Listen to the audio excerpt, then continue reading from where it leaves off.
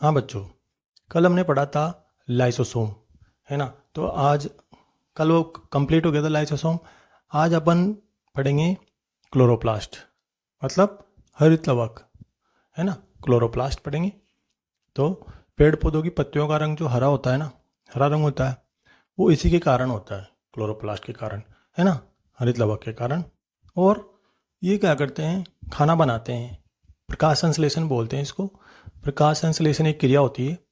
प्रकाश संश्लेषण, सूर्य के प्रकाश, जो सूर्य का प्रकाश होता है ना, उसकी प्रेजेंस में, उसकी उपस्थिति में ये खाना बनाते हैं। कौन? पत्तियां खाना बनाती है। पेड़ पौधे भी खाना बनाते हैं, पेड़ पौधों में पत्तियां खाना बनाती है। तो किसकी उपस्थिति की वजह से बनाती है? क्योंकि पत्तियों का रंग हरा होता है, पत्तियों के पास वो होता है, क्लोरोप्लास्ट होता है, पर्णहरित, है ना। पर्णहरित लवक होता है या हरित लवक होता है। तो उस वजह से वो खाना बनाती है। इस क्रिया को बोलते हैं प्रकाश संश्लेषण। तो अपन ये स्टार्ट कर रहे हैं अब, है ना।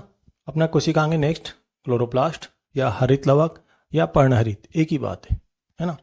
तो ये लवक है एक, है ना।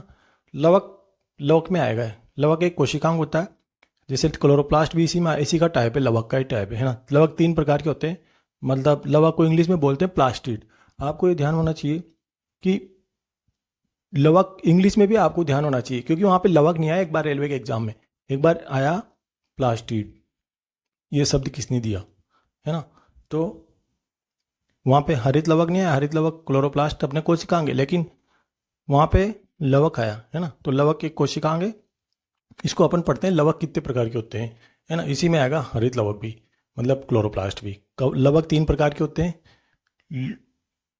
Chromoplast, chloroplast, leucoplast. Leucoplast, chromoplast, chloroplast, है ना। तो टॉपिक डालते हैं लवक, यानी कि प्लास्टिड। तो टॉपिक डालो अपना, नेक्स्ट कोशिकांग है लवक। लवक या प्लास्टिड, है ना। इंग्लिश, हिंदी में लवक बोलते हैं, इंग्लिश में प्लास्टिड बोलते हैं। स्पेलिंग है इसकी PLASTID, प्लास्टिड। तो देखो, प्लास्टिड शब्द किसने दिया? एग्जाम में क्वेश्चन आता है। तो देखो, एग्जाम में क्वेश्चन आता है लवक, हिंदी में नहीं आया वहाँ पे। लवक किस शब्द किसने दिया, वहाँ पे बोला कि प्लास्टिड शब्द किसने दिया, या क्लोरोप्लास्ट शब्द किसने दिया, है ना। तो वहाँ पे क्लोरोप्लास्ट वाला जिसने दिया ना, उसका नाम नहीं आया। ये शब्द जिसने दिया ना, उसका नाम आया है ना। तो कोई भी दिख जाए अपन को तो एक ही बात है ना। तो इसको समझते हैं। लवक है ना, तीन प्रकार के होते हैं, देखो, मतलब ये प्लास्टिड तीन प्रकार के होते हैं।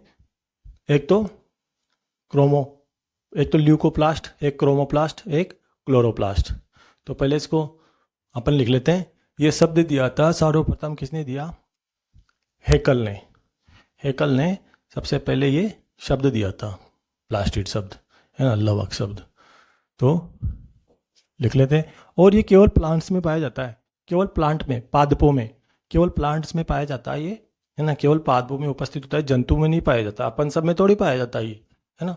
तो ये जैसे किसी की पत्तियों का कलर अलग अलग कलर का होता है ना।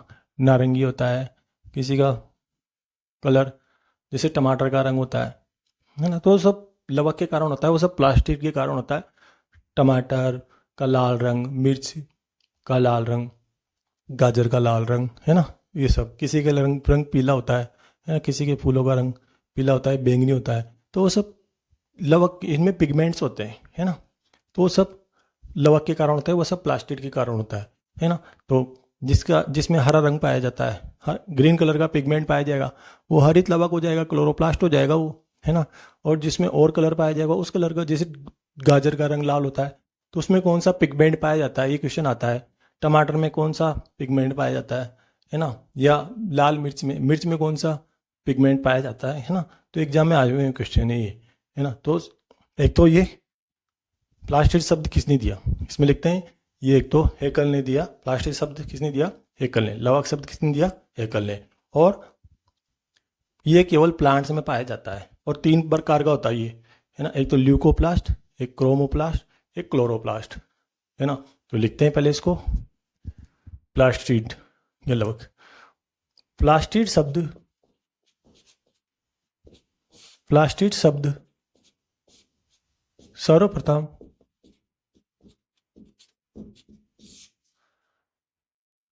किसने दिया? हेकल ने। हेकल ने दिया। हेकल एक वैज्ञानिक था, उसने ये शब्द दिया था, प्लास्टिड या लवक, है ना। प्लास्टिड या लवक यह केवल पादप कोशिकाओं में पाए जाते हैं, पादपों में ही पाए जाते हैं। पादपों मतलब प्लांट्स, है ना, पादपों में ही पाए जाते हैं।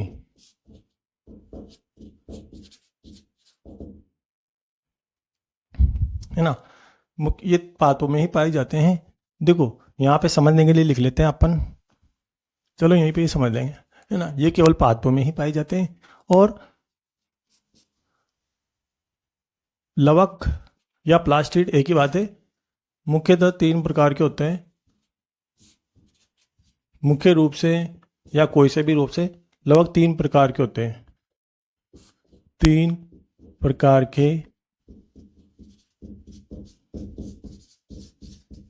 होते हैं। देखो लवक 3 प्रकार के होते हैं।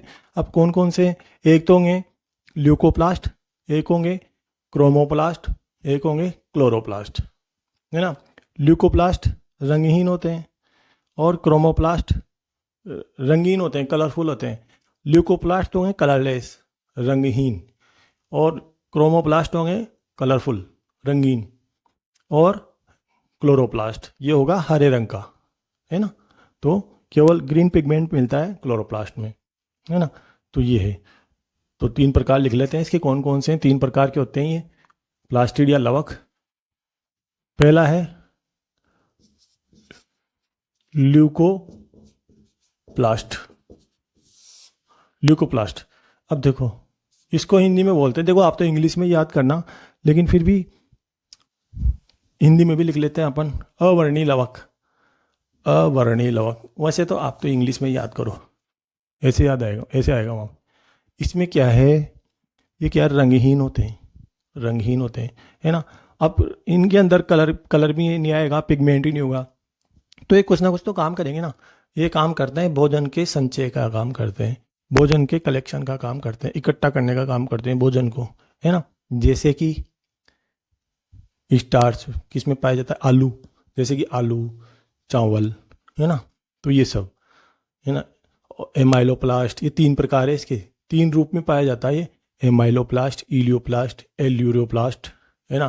तो प्रोटीन, एमाइलो में क्या होगा? कार्बोहाइड्रेट का संचय होगा। पहले आप लिखो फिर समझाते हैं अपन को। ये क्या है? रंगहीन होता है ना। इसमें पिगमेंट अनुपस्थित होता है, मतलब वर्णक, वर्णक मतलब पिगमेंट, इसमें किसी भी प्रकार का पिगमेंट अनुपस्थित होता है, कोई भी पिगमेंट नहीं होता इसमें, ल्यूकोप्लास्ट में। और ये भोजन संचय का कार्य करता है, भोजन को इकट्ठा करने का कार्य करता है ना। ये भी 3 प्रकार का होता है। अब वो पढ़ते हैं अपन, देखो ये है, ये रंगहीन होते हैं। सबसे पहले तो कैसे होते हैं? रंगहीन, कलरलेस, रंगहीन होते हैं, है ना। भोजन संचय का कार्य, इंपॉर्टेंट है लाइन, भोजन संचय का, स्टोरेज, संचय का मतलब है स्टोरेज, है ना। भोजन संचय का कार्य करते हैं, भोजन संचय का कार्य करते हैं मतलब food storage, food storage, storage, है ना, फूड स्टोरेज क्या कार्य करते हैं। ये भी 3 प्रकार के होते हैं, है ना।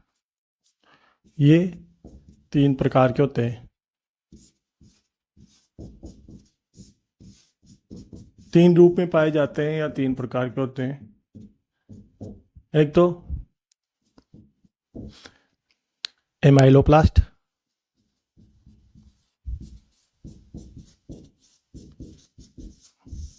एमाइलोप्लास्ट, दूसरा है एल्यूरोप्लास्ट, एल्यूरोप्लास्ट, तीसरा है इलियोप्लास्ट,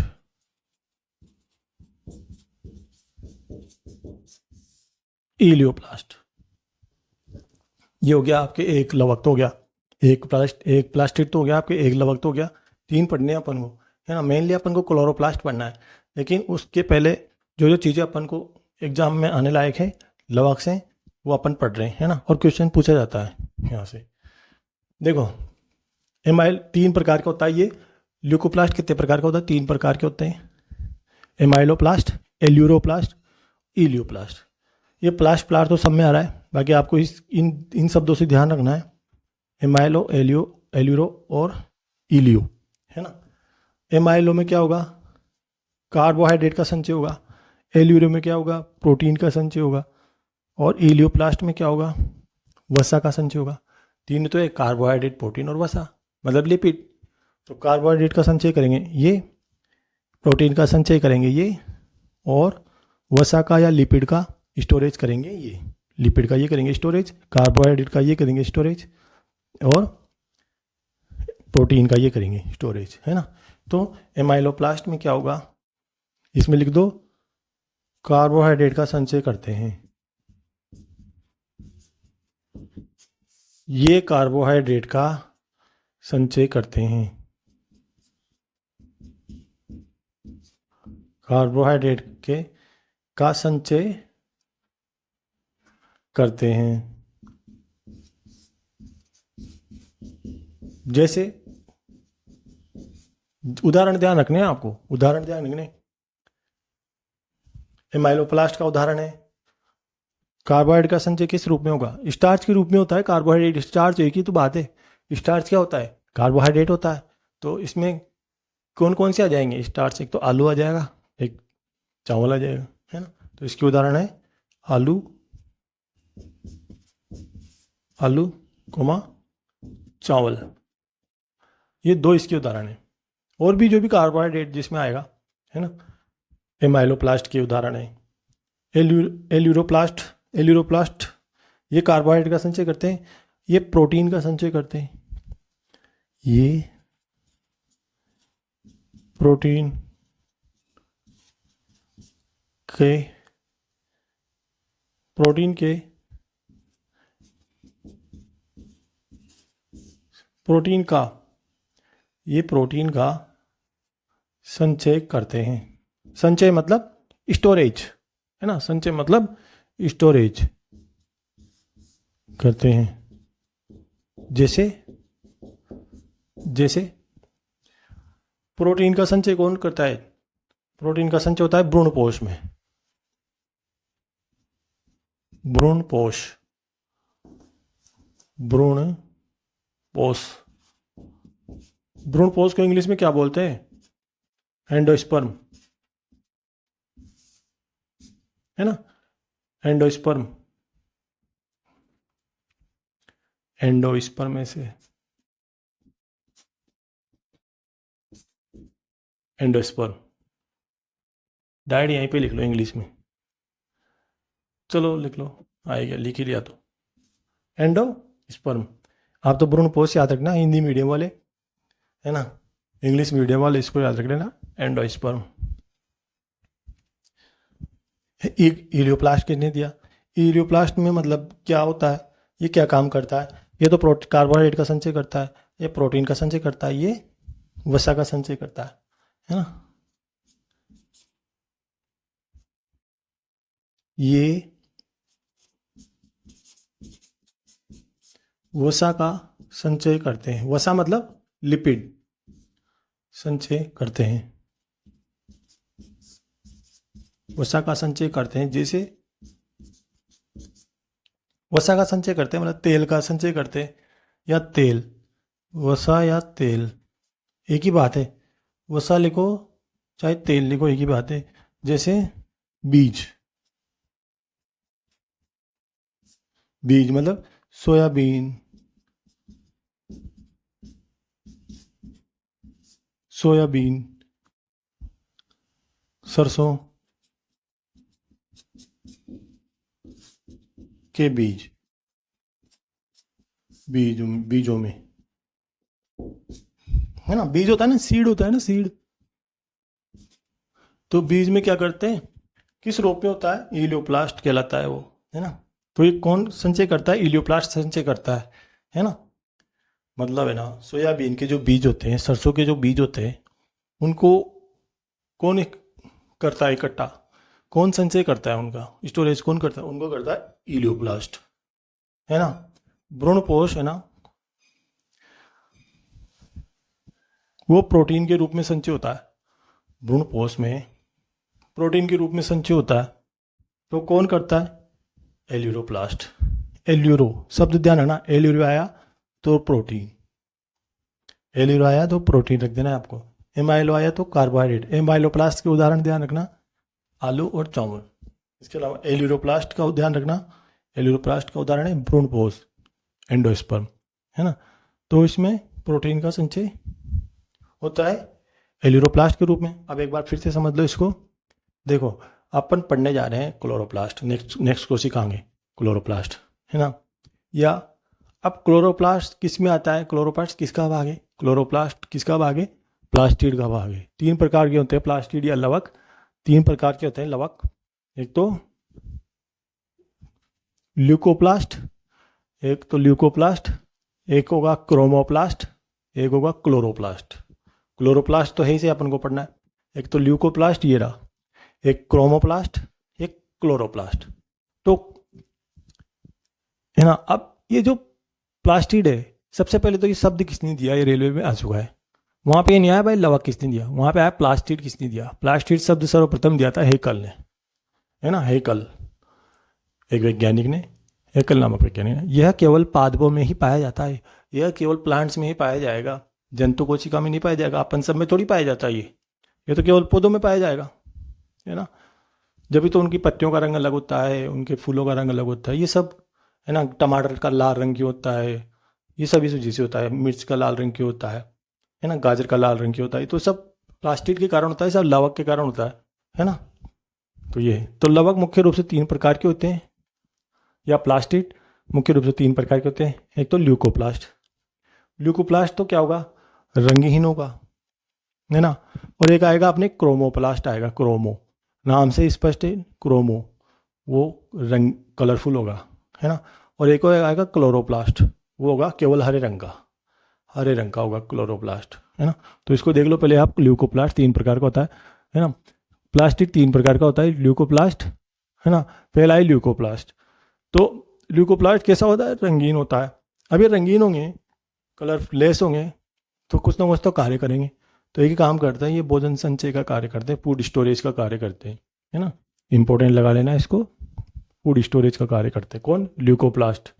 और ये ल्यूकोप्लास्ट ये 3 प्रकार के होते हैं, कौन, ल्यूकोप्लास्ट 3 प्रकार के होते हैं, मुख्य रूप से 3 टाइप के होते हैं, है ना। एक तो एमाइलोप्लास्ट, एक एल्यूरोप्लास्ट, इलियोप्लास्ट। फर्स्ट है एमाइलोप्लास्ट, सेकेंड है एल्यूरोप्लास्ट और इलियोप्लास्ट। एमाइलो, एल्यूरो, इलियो, ऐसे ध्यान रखना। एमाइलो का मतलब है कार्बोहाइड्रेट, एल्यूरो का मतलब है प्रोटीन, इलियो का मतलब है वसा या तेल, मतलब लिपिड। कार्बोहाइड्रेट, प्रोटीन और लिपिड तीनों तो होते हैं। एमाइलो में क्या होगा, कार्बोहाइड्रेट का संचय करेंगे, कार्बोहाइड्रेट का स्टोरेज करेंगे। जैसे कि कार्बोहाइड्रेट का स्टोरेज किस में होता है, किस रूप में होता है, कार्बोहाइड्रेट का संचय कैसे होता है, किस किस के उदाहरण कौन है, एमाइलोप्लास्ट के उदाहरण कौन है। एमाइलोप्लास्ट के उदाहरण है आलू और चावल, ये एमाइलोप्लास्ट है, एमाइलोप्लास्ट के उदाहरण है। एल्यूरोप्लास्ट प्रोटीन का संचय होता है। एल्यूरोप्लास्ट क्या करते हैं, प्रोटीन का संचय करते हैं, जैसे कि भ्रूणपोष, है ना। इसके अलावा इलियोप्लास्ट वसा या तेल का संचय करते हैं, मतलब वो लिपिड का, पेड़ पौधे वसा का संचय किस रूप में करते हैं, कोई सा भी उदाहरण इनमें ऑप्शन दे दे। पेड़ पौधे जो प्लांट्स होते हैं, पादप पौधे, वसा का संचय किस रूप में करते हैं, इलियोप्लास्ट के रूप में करते हैं, है ना। मतलब तेल का संचय, वसा का संचय या लिपिड का संचय एक ही बात है, तेल वसा लिपिड एक ही बात है। तो अपन ने सोयाबीन का तेल होता है, सरसों का तेल होता है, जितने भी बीज हैं, इसके उदाहरण है बीज, कोई सा भी बीज जिनसे तेल निकालते हैं अपन, वो सब बीज, सोयाबीन, सरसों, कोई सा भी तेल, है ना, तो वो इलियोप्लास्ट के उदाहरण है। जितने भी बीज हैं सब इलियोप्लास्ट के उदाहरण हैं। तो आप इसको उतार लो, है ना, कॉपी में अपनी, और फिर अपन आगे पढ़ते हैं। लिख लो इसको कॉपी में।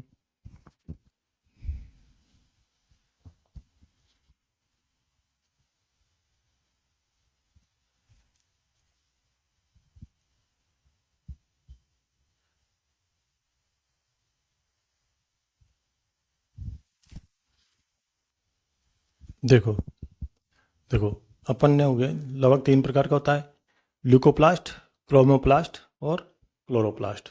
तो लवक 3 प्रकार का होता है, ल्यूकोप्लास्ट, क्रोमोप्लास्ट और क्लोरोप्लास्ट। तो ल्यूकोप्लास्ट अपने हो गया। अब पढ़ते हैं अपन क्रोमोप्लास्ट, है ना, दूसरा है लवक का दूसरा प्रकार है, प्लास्टिड का दूसरा प्रकार है क्रोमोप्लास्ट। लिखो।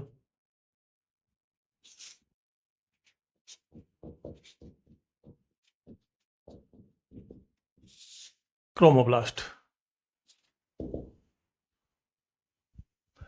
तो जो क्रोमोप्लास्ट होता है, देखो ल्यूकोप्लास्ट तो कैसे थे, रंगीन थे, कलरफुल, कलरलेस थे वो, है ना। ल्यूकोप्लास्ट तो कैसे थे, कलरलेस। और ये कैसे होंगे, ये कैसे होंगे, ल्यूकोप्लास्ट तो कैसे थे, कलरलेस। ये कैसे होंगे, कलरफुल, रंगीन, है ना। और मतलब ये क्या करेंगे, रंग प्रदान करने का काम करेंगे। इसमें वर्णक पाए जाते हैं, उसमें तो वर्णक अनुपस्थित थे, है ना, वर्णक या पिगमेंट अनुपस्थित थे, जबकि इसमें वर्णक या पिगमेंट पाए जाएंगे, है ना, वर्णक पाए जाएंगे, जब भी तो कलर देंगे, है ना। इसके अलावा अब कौन से पौधे का रंग या कौन सी चीज़ का रंग कैसा होता है, तो वो पढ़ता है अपन इसमें। टमाटर का रंग लाल होता है ना, तो वो क्रोमोप्लास्ट की वजह से होता है। उसमें क्रोमोप्लास्ट में उसमें टमाटर में एक पिगमेंट पाया जाता है, एक वर्णक पाया जाता है। कौन सा वर्णक पाया जाता है, कौन सा पिगमेंट पाया जाता है, लाल मिर्च का रंग होता है, या फिर किसी का रंग बैंगनी होता है, बैंगनी, है ना, तो वो क्यों होता है बैंगनी, है ना। या किसी का फूलों का रंग पीला होता है, तो वो एक वर्णक के कारण होता है, पिगमेंट्स के कारण होते हैं, अलग अलग पिगमेंट्स पाए जाते हैं। तो क्वेश्चन आता है एग्जाम में, है ना, खास रूप से लाल मिर्च का और टमाटर का क्वेश्चन आया हुआ है। टमाटर का क्वेश्चन आया हुआ है, लाल मिर्च का रंग क्वेश्चन आया हुआ है, भाई लाल मिर्च का रंग कौन से पिगमेंट के कारण होता है ना। तो ये लिखते हैं यहाँ पर किसमें कौन सा पिगमेंट होता है। एक तो देखो, ये क्रोमोप्लास्ट होते हैं ना, ये कलरफुल होते हैं, है ना, इनमें पिगमेंट पाए जाते हैं, जबकि ल्यूकोप्लास्ट में पिगमेंट नहीं पाए जाते, वर्णक अनुपस्थित होता है उनमें, है ना। इनमें केवल हरे रंग का पिगमेंट नहीं पाया जाएगा क्रोमोप्लास्ट में, क्योंकि हरे रंग के पिगमेंट तो क्लोरोप्लास्ट में पाया जाएगा, जो तीसरा पढ़ेंगे ना अपन, उसमें पाया जाएगा क्लोरोप्लास्ट में, हरे रंग का, है ना। इसमें हरे रंग को छोड़ के सारे पिगमेंट पाए जाएंगे, सारे वर्णक पाए जाएंगे, है ना। तो लिखते हैं अपन क्रोमोप्लास्ट। तो ये कैसे होते हैं, कलरफुल, रंगीन, रंगीन होते हैं, है ना। इनमें वर्णक या पिगमेंट, इंग्लिश में लिख लो, इनमें वर्णक या पिगमेंट, पिगमेंट्स पाए जाते हैं, पाए जाते हैं। कोष्टक में एक चीज लिख लो, ल्यूकोप्लास्ट में नहीं पाए जाते, ल्यूकोप्लास्ट में, वहां नहीं लिखी थी अपन ने ये चीज, यहां लिख लो, ल्यूकोप्लास्ट में वर्णक या पिगमेंट नहीं पाए जाते, नहीं पाए जाते हैं। किसमें नहीं पाए जाते, ल्यूकोप्लास्ट में, जब भी तो रंगहीन होते हैं, कलरलेस होते हैं, क्योंकि उनमें वर्णक ही नहीं मिलेंगे या पिगमेंट ही नहीं पाए जाएंगे, तो कैसे कलरफुल होंगे वो, है ना। इसके अलावा इनमें पिगमेंट पाए जाते हैं, ये रंगीन होते हैं, क्योंकि इसमें पिगमेंट वर्णक पाए जाएंगे, जब भी तो रंगीन होंगे ना ये, है ना। अब इनमें वर्णक पाए जाते हैं हरे रंग को छोड़ के, इनमें केवल हरे रंग का वर्णक नहीं पाया जाता।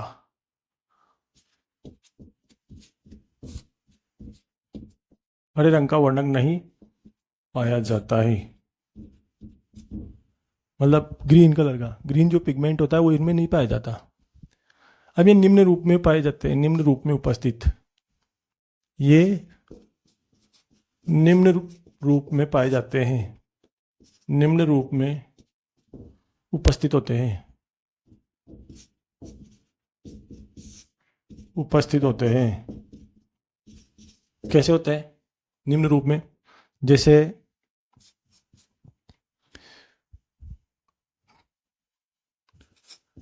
टमाटर का लाल रंग,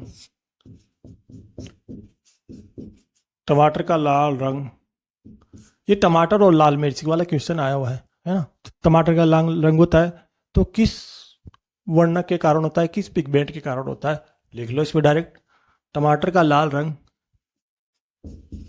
लाइकोपीन, लाइकोपीन वर्णक के कारण होता है। लाइकोपीन वर्णक या पिगमेंट के कारण होता है।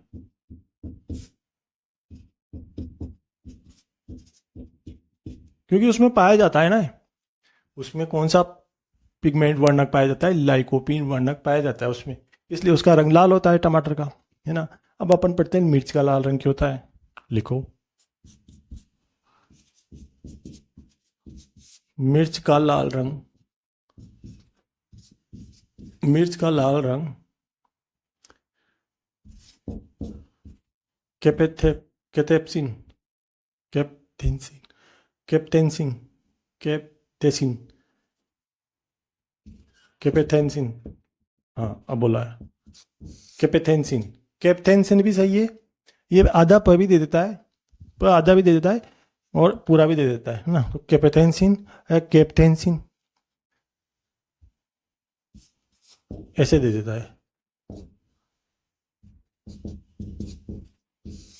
कैप्टेंसिन वर्णक के कारण होता है, वर्णक के, वर्णक के कारण होता है ना। तो मिर्च में, मिर्च का लाल रंग क्यों होता है? रेलवे में आया हुआ क्वेश्चन है।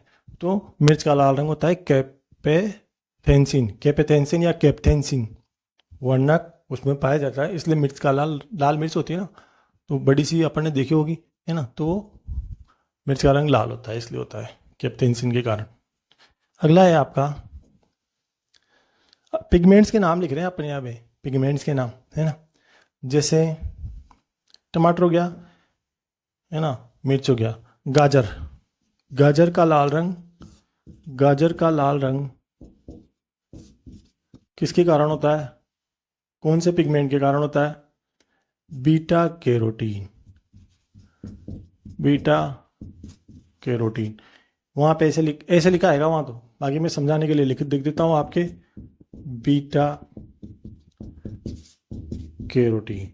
और एग्जाम में तो आपको ये दिखेगा बीटा, अल्फा बीटा होता है ना, अल्फा बीटा गामा, तो वो बीटा, बीटा कैरोटीन वर्णक के कारण होता है, वर्णक के कारण होता है, उसमें ये पाया जाता है, बीटा कैरोटीन पाया जाता है, बीटा कैरोटीन गाजर में पाया जाता है, ये पिगमेंट होता है, इसलिए उसका रंग लाल होता है ना। गाजर का रंग किसके कारण होता है? बीटा कैरोटीन के कारण। और इसके अलावा जेंटोफिल, जेंटोफिल, जेंटोफिल के कारण फूलों का रंग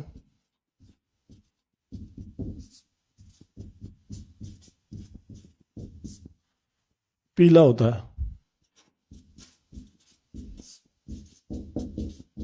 या पीले रंग का, या तो ऐसे देख कह सकते हो भाई फूलों का रंग पीला क्यों होता है? जेंटोफिल के कारण। या अपन यूँ कह सकते हैं जेंटोफिल किस रंग का वर्णक है, किस रंग का पिगमेंट है? पीले रंग का होता है ना। जेंटोफिल कौन से रंग का होता है? पीले रंग का होता है। फ्यूकोजेंटिन, फ्यूको जैंतीन, ये कैसा होता है? भूरे रंग का होता है, भूरे रंग का होता है, भूरे रंग का वर्णक होता है, भूरे रंग का पिगमेंट होता है ना, भूरे रंग का पिगमेंट होता है। इसके अलावा एंथोसायनिन ही बच गया क्या? टमाटर, मिर्च, गाजर, जेंतोफिल, फिकोजेंथिन, हाँ एंथोसायनिन, एंथोसायनिन, एंथोसायनिन, ये छोटी पे आएगा, छोटी की मात्रा है किसे? एंथोसायनिन लिख लो आप तो यार, बड़ी की आएगी। एंथोसायनिन लिख लो यहाँ कैसी, एंथोसायनिन है ना। एंथोसायनिन बैंगनी रंग, बैंगनी रंग का होता है, नीले या बैंगनी रंग का, नीले या बैंगनी रंग का है ना। तो आप तो बैंगनी रंग, बैंगनी रंग देखो, बैंगनी रंग का होता है। एक और है फाइकोसाइनिन,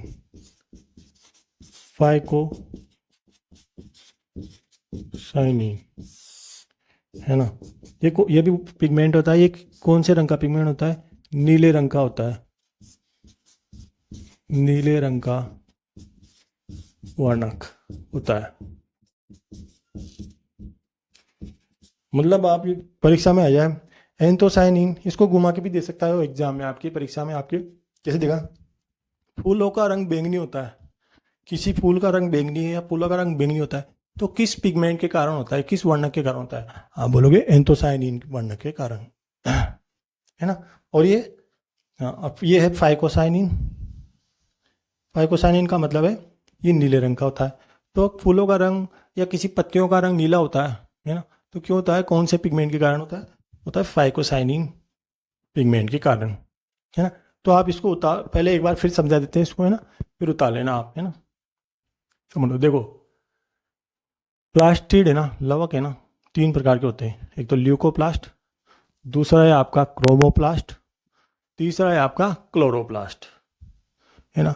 तो ल्यूकोप्लास्ट होते हैं वो तो कलरलेस होते हैं, कलरलेस, उनमें उनमें रंगहीन होते हैं वो है ना, ल्यूकोप्लास्ट। बाकी ये होते हैं दूसरे, ये होते हैं कलरफुल होते हैं है ना, रंगीन होते हैं। और तीसरा होता है क्लोरोप्लास्ट, वो होता है ग्रीन कलर का। इनमें ग्रीन कलर का नहीं होगा, और बहुत सारे कलर आ जाएंगे पर ग्रीन कलर नहीं आएगा इसमें, हरे रंग का नहीं आएगा इसमें पिगमेंट है ना, क्रोमोप्लास्ट में। तो ये क्या है, हरे रंग को छोड़ के सारे इसमें पिगमेंट पाए जाते हैं, सारे वर्णक पाए जाते हैं इसमें है ना। तो देखो क्रोमोप्लास्ट, दूसरा है आपका क्रोमोप्लास्ट, ये रंगीन होते हैं, कलरफुल होते हैं है ना, और इनमें वर्णक पाए जाते हैं, मतलब इनमें पिगमेंट पाए जाते हैं। जबकि अपन ने ल्यूकोप्लास्ट में क्या देखा था, उसमें कोई पिगमेंट नहीं पाया जाता। ये लाइन लिखना भूल गए थे, वहाँ जो यहाँ लिखा दी है ना। तीसरा है आपका, तीसरा पॉइंट इसका, इनमें केवल हरे रंग का वर्णक नहीं पाया जाता, इनमें केवल हरे रंग का वर्णक नहीं पाया जाता। मतलब फिर वो तो क्लोरोप्लास्ट में पाया जाएगा ना, हरे रंग तो किस में पाया जाएगा? क्लोरोप्लास्ट में है ना। तो इसमें हरे रंग का वर्णक नहीं पाया जाता और सारे वर्णक पाए जाएंगे इसमें, सारे पिगमेंट पाए जाएंगे इसमें। और ये कौन? क्रोमोप्लास्ट, ये निम्न रूप में उपस्थित होते हैं, क्रोमोप्लास्ट होते हैं सारे है ना। किस किस रूप में? टमाटर का लाल रंग देखा है आपने, लाल रंग होता है टमाटर, तो किस पिगमेंट के कारण होता है? होता है लाइकोपीन पिगमेंट के कारण, लाइकोपीन वर्णक के कारण है ना। तो ये 3 पॉइंट आप जरूर ध्यान रखना, यहाँ से क्वेश्चन पूछे जाते हैं एग्जाम्स में, कोई से भी एग्जाम में। टमाटर का लाल रंग, मिर्च का लाल रंग होता है, लाल मिर्च देखिए आपने, तो जो उसका लाल रंग होता है वो किस वर्णक के कारण होता है? कैपेसेंथिन या कैप्सेंथिन, कैप्टेंसिन, कैपेसेंथिन, कैप्टेंसिन, कैप्टेंसिन या कैप्टेंसिन, कैपेस्थेंसिन या कैप्सेंसिन है ना, वर्णक के कारण होता है। गाजर का लाल रंग किसके कारण होता है? बीटा कैरोटीन वर्णक के कारण होता है ना, ऐसे देखा हो परीक्षा में बीटा। जेंतोफिल पीले रंग का होता है, जेंतोफिल के कारण फूलों का रंग कैसा होता है? पीला होता है। किसी भी चीज़ का रंग पीला हो रहा है ना, कोई भी पेड़ पौधों की चीज़ है उसका रंग पीला हो रहा है तो उसके क्या कारण होता है? जेनटोफिल के कारण। पिकोजेंथिन के कारण क्या होता है? पिकोजोंथिन भूरे रंग का वर्णक होता है। कोई भी भूरे रंग की चीज़ है ना, चाहे फूल हो चाहे कोई भी चीज़ हो पेड़ पौधे वाली, तो उस पिकोजेंथिन के कारण होता है। एंथोसाइनिन के कारण क्या होता है? कलर बैंगनी होता है, वॉयलेट होता है। बैंगनी या नीले रंग का ही बोल सकते हैं, पर बेनली बैंगनी पूछा जाता है इसमें, है ना। फाइकोसाइनिन के कारण कैसे रंग का होता है? फाइकोसाइनिन नीले रंग का होता है, ब्लू कलर का होता है, नीले रंग का पिगमेंट होता है। ये होता है एंथोसाइनिन तो होता है बैंगनी कलर का, फाइकोसाइनिन होगा नीले रंग का, है ना। तो लिख लो आप, इसको उतार लो कॉपी में, ये है इसमें।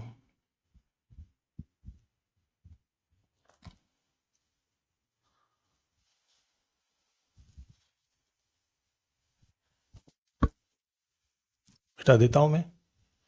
चैनल को सब्सक्राइब कर लो, लाइक भी कर लो, ताकि मैं जब भी वीडियो डालूँ आपके पास नोटिस आ जाए, या चैनल को चेक करते रहो।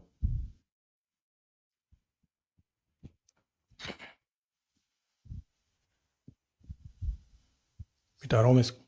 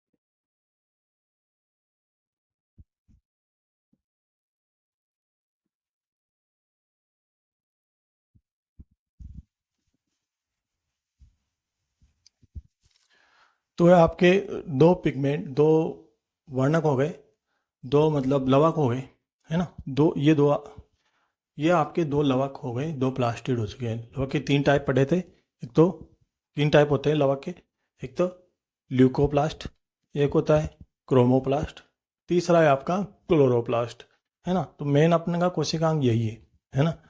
तो इसके बाहर से भी जो भी क्वेश्चन आते हैं अलग से, वो अपने रिलेटेड जो क्वेश्चन है इससे वो पढ़ लिए, टॉपिक है पढ़ ले वो। अब इसको पढ़ना है अपन को क्लोरोप्लास्ट को, है ना। क्लोरोप्लास्ट बोलो या पर्णहरित बोलो या हरित लवक बोलो, तीनों एक ही बात है ना। आगे आपको इंग्लिश नाम जरूर ध्यान होना चाहिए, क्लोरोप्लास्ट। तो क्लोरोप्लास्ट के कारण ही है ना पेड़ पौधों की पत्तियां खाना बनाती है ना। मतलब कोशिका का रसोई घर बोला जाता है इसको। कोशिका का रसोई घर, अपने घर में खाना कहाँ बनता है? रसोई घर में। तो उसी प्रकार कोशिका में खाना कहाँ बनता है? इस कोशिकांग की वजह से बनता है ना। तो इस कोशिकांग में बनता है, या इस कोशिकांग की वजह से खाना बनता है ना। तो इसको रसोई घर बोला जाता है। सबसे बड़ा कोशिकांग होता है ये, है ना। ये केवल पादप में उपस्थित होता है, अपन जानते हैं, है ना। इसके अलावा इसमें जो जो इसकी संरचना भी पढ़ेंगे अपन। इसका नाम किसने दिया ये पढ़ते हैं अपन, है ना। और इसकी संरचना पढ़ते हैं जिसमें ये खत्म। इसके नाम, इसका नाम किसने दिया, इसकी खोज किसने की? क्लोरोप्लास्ट की, है ना। और इसके अन्य नाम क्या हैं? इसके अलावा इसकी संरचना, है ना, ये पढ़ते हैं जिसमें खत्म। तो टॉपिक डालो आप, क्लोरोप्लास्ट नंबर थर्ड। तीसरा टाइप है इसका, लवक का तीसरा टाइप है क्लोरोप्लास्ट। या एक और नाम है इसका हरित लवक, या एक और नाम है पर्णहरित, है ना, पर्णहरित। तीनों एक ही बात है। आप तो क्लोरोप्लास्ट जरूर ध्यान रखना, तीनों एक ही बात है ना। तो इसकी खोज किसने की, जो मैं बताऊं ना वो पढ़ लेना। खोज जिसने की ना, सिम्पर ने की थी, वो इतना इंपॉर्टेंट नहीं है ना। इसका नाम किसने दिया, है ना। और मेयर ने इसको बायोप्लास्ट कहा। बायोप्लास्ट किसने कहा, मेयर ने, है ना, है ना। इरेरा है जिसने नाम दिया था इसको। तो इसका नाम किसने दिया, यह ध्यान रखना। खोज किसने की, सिम्पर ने की, ये इतना इंपॉर्टेंट नहीं, जितना इंपॉर्टेंट यह है कि इसका नाम किसने दिया, इरेरा। तो लिखो इसको, खोज। फर्स्ट चैप्टर है आपका खोज। फर्स्ट क्लोरोप्लास्ट में पहली चीज है आपकी खोज, डिस्कवरी। इसकी खोज की थी सिम्पर ने, सिम्पर ने की, सिम्पर, है ना। स्पेलिंग लिखूं, SCHIMPER, SCHIMPER, सिम्पर, है ना। सिम्पर ने की खोज। तो किसने की, सिम्पर ने। और नाम, क्लोरोप्लास्ट नाम किसने दिया, क्लोरोप्लास्ट शब्द किसने दिया या नाम किसने दिया, क्लोरोप्लास्ट नाम दिया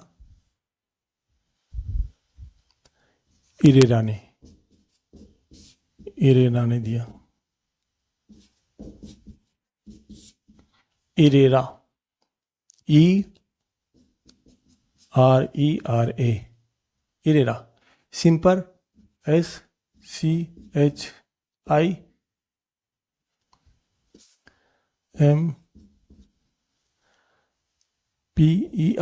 सिम्पर, PER, है ना, सिम्पर। इरेरा ने नाम किसने, खोज जिसने की वो इंपॉर्टेंट नहीं है, नाम किसने दिया, इरेरा का आएगा वहां परीक्षा में आएगा, क्वेश्चन आएगा तो इरेरा का आएगा क्वेश्चन। इरेरा ने नाम दिया था, क्लोरोप्लास्ट नाम दिया इरेरा ने, है ना। और वो है प्लास्टिड शब्द किसने दिया, वो हेकल ने दिया था। जो प्लास्टिड शब्द है हेकल, ये हेकल ने दिया था ऊपर वाला। अब इसका ही एक प्रकार है प्लास्टिड का ही, तीसरा प्रकार है क्लोरोप्लास्ट। तो ये क्या होता है, इनमें हरे रंग का वर्णक उपस्थित होता है, हरे रंग का वर्णक उपस्थित होता है। ये नाम किसने दिया, इरेरा ने दिया, है ना। लिखो इसमें, हरे रंग का, इनमें, इसमें, इसमें हरे रंग का, हरे रंग का वर्णक या पिगमेंट, है ना, वर्णक या पिगमेंट पाया जाता है, वर्णक पाया जाता है। कौन से रंग का पिगमेंट पाया जाएगा इनमें, हरे रंग का, मतलब ग्रीन कलर का पिगमेंट पाया जाएगा, है ना, ग्रीन कलर का पिगमेंट पाया जाएगा इसमें, है ना। और इसके बारे में एक और है, प्लास्टिड नाम तो इसने दिया, क्लोरोप्लास्ट नाम इसने दिया। इसके अलावा मेयर ने, मेयर एक वैज्ञानिक था मेयर, तो मेयर ने इसे क्या कहा, ऑटोप्लास्ट, ऑटोप्लास्ट कहा, ऑटोप्लास्ट कहा। ऑटोप्लास्ट की स्पेलिंग है AUTO, प्लास्ट PLAST, ऑटोप्लास्ट, ऑटोप्लास्ट। ऑटोप्लास्ट शब्द किसने दिया, एग्जाम में आ जाए तो ऑटोप्लास्ट शब्द किसने दिया, मेयर ने। या क्लोरोप्लास्ट को, क्लोरोप्लास्ट को, इसे का मतलब है क्लोरोप्लास्ट, क्लोरोप्लास्ट को ऑटोप्लास्ट किसने कहा, ऑटोप्लास्ट किसने कहा, मेयर ने, मेयर, MEYER, मेयर। इसको कैपिटल में लिख लो M, है ना, मेयर। देखो अन्य नाम, ये होगी इसकी खोज। तो इसकी खोज हो गई, एक तो खोज की थी सिम्पर ने, खोज की थी सिम्पर ने। इसके बाद नाम किसने दिया, इसका ध्यान रखना, इरेरा ने नाम दिया था। क्लोरोप्लास्ट नाम किसने दिया, इरेरा ने। इसमें कौन से रंग का वर्णक पाया जाता है, हरे रंग का वर्णक पाया जाता है। और ये मेयर ने क्या कहा, मेयर ने इसे क्या कहा? ऑटोप्लास्ट कहा। इसे किसे? क्लोरोप्लास्ट को। मेयर ने क्लोरोप्लास्ट को क्या कहा? ऑटोप्लास्ट कहा, है ना। ऑटोप्लास्ट शब्द किसने दिया? तो मेयर ने। क्लोरोप्लास्ट शब्द किसने दिया? एरेरा ने। क्लोरोप्लास्ट नाम किसने दिया या शब्द किसने दिया? तो एरेरा ने। और प्लास्टिड शब्द किसने दिया? तो हेकल ने, है ना। लिखा चुके अपन इसको। तो ये है, इसकी खोज हो गई, है ना। अब खोज के बाद में इसके अन्य नाम, है ना, अन्य नाम लिखो, क्लोरोप्लास्ट के अन्य नाम। देखो इसमें अन्य नाम,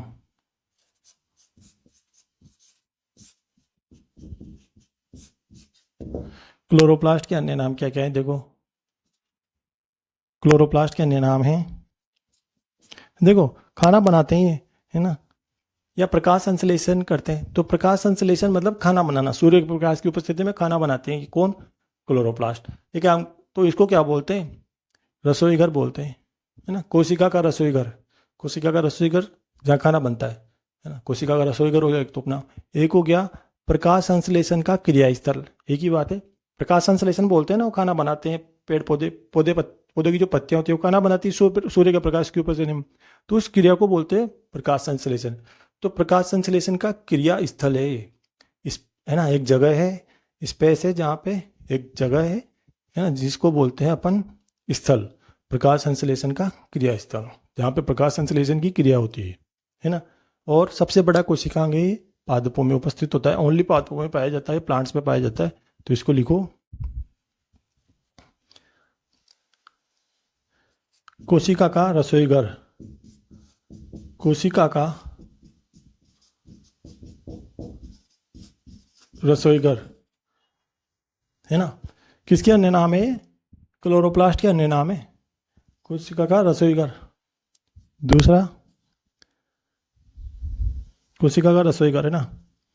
प्रकाश संश्लेषण का क्रिया स्थल, प्रकाश संश्लेषण का, प्रकाश संश्लेषण का क्रिया स्थल, प्रकाश संश्लेषण का क्रिया स्थल मतलब जगह, पैलेस। एक प्लेस है, पैलेस नहीं, प्लेस एक स्थान है, एक प्लेस है, क्रिया स्थल। इसके अलावा केवल पादपों में उपस्थित होता है, ये बात तो सही है। केवल प्लांट्स में उपस्थित होता है ये, है ना, पादप कोशिका में उपस्थित होता है। इसके अलावा सबसे बड़ा कोशिकांग,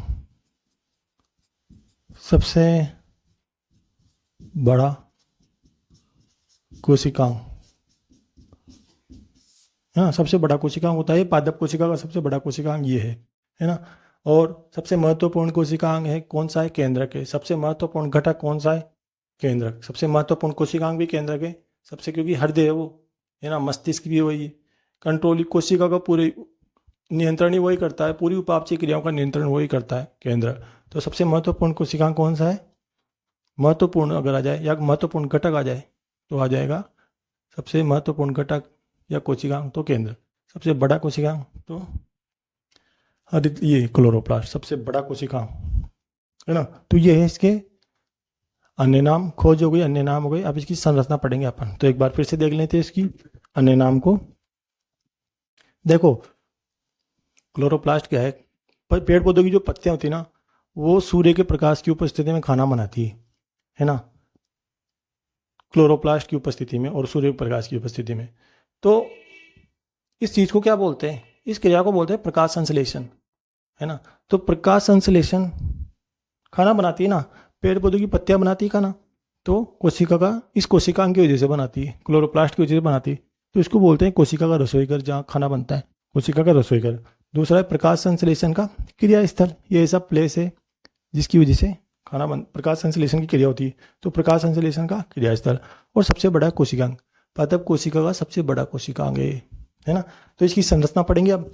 खोज हो गई, अन्य नाम हो गए, अब इसकी संरचना, है ना। तो इसको उतार लो कॉपी में, फिर पढ़ते हैं इसकी संरचना।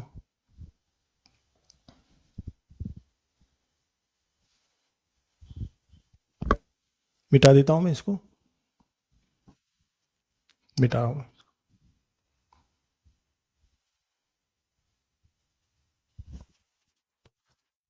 ये ना कोशिकांग देखो इसमें क्या क्या है, यहीं बना लेते हैं या वहाँ बनाए। इसका चित्र, इसका डायग्राम, संरचना, टॉपिक डालो संरचना। किसकी संरचना या स्ट्रक्चर? क्लोरोप्लास्ट की स्ट्रक्चर। तो क्लोरोप्लास्ट की स्ट्रक्चर की ये पढ़ते हैं अपन, बीच में बनाते हैं, यहाँ बना लेते हैं सबसे बढ़िया। देखो ये क्लोरोप्लास्ट,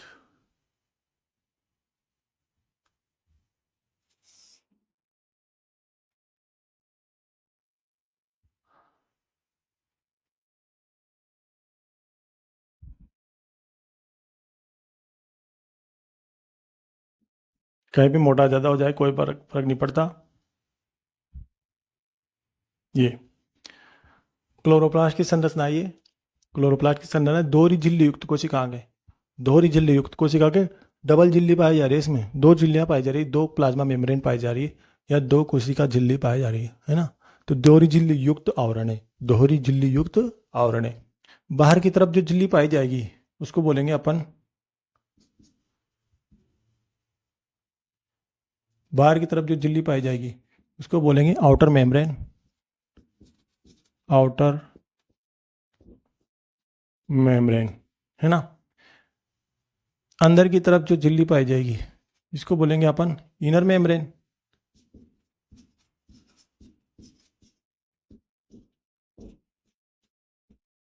इनर मेम्ब्रेन। दोनों झिल्लियों के बीच में देखो, बाहर की तरफ जो झिल्ली पाई जा रही है उसको बोलते हैं आउटर मेम्ब्रेन। इनर की तरफ, अंदर की तरफ जो झिल्ली पाई जा रही है उसको इनर मेम्ब्रेन बोल दिया अपन ने।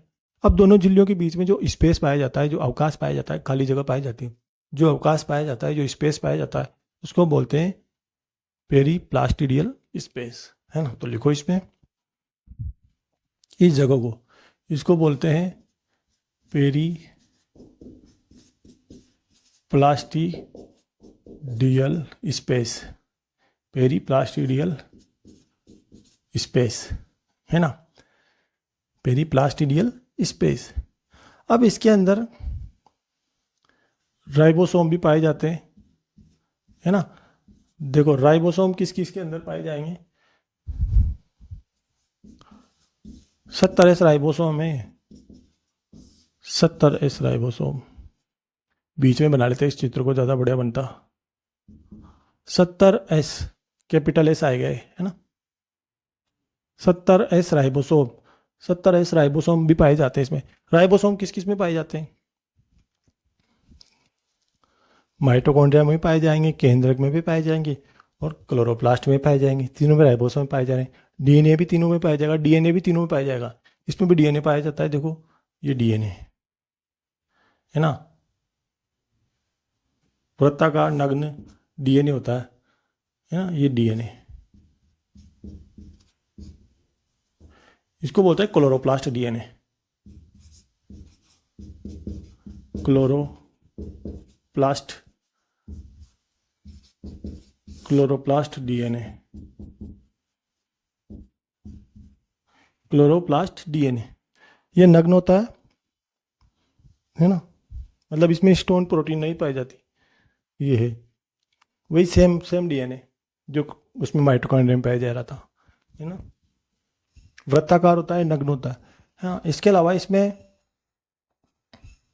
जो द्रव भरा होता है, क्लोरोप्लास्ट के अंदर जो द्रव भरा होता है ना, इस क्लोरोप्लास्ट, पूरे क्लोरोप्लास्ट के अंदर एक द्रव भरा रहता है जिसे बोलते हैं अपन स्ट्रोमा, स्ट्रोमा। क्लोरोप्लास्ट के अंदर एक द्रव भरा होता है जिसे बोलते हैं स्ट्रोमा।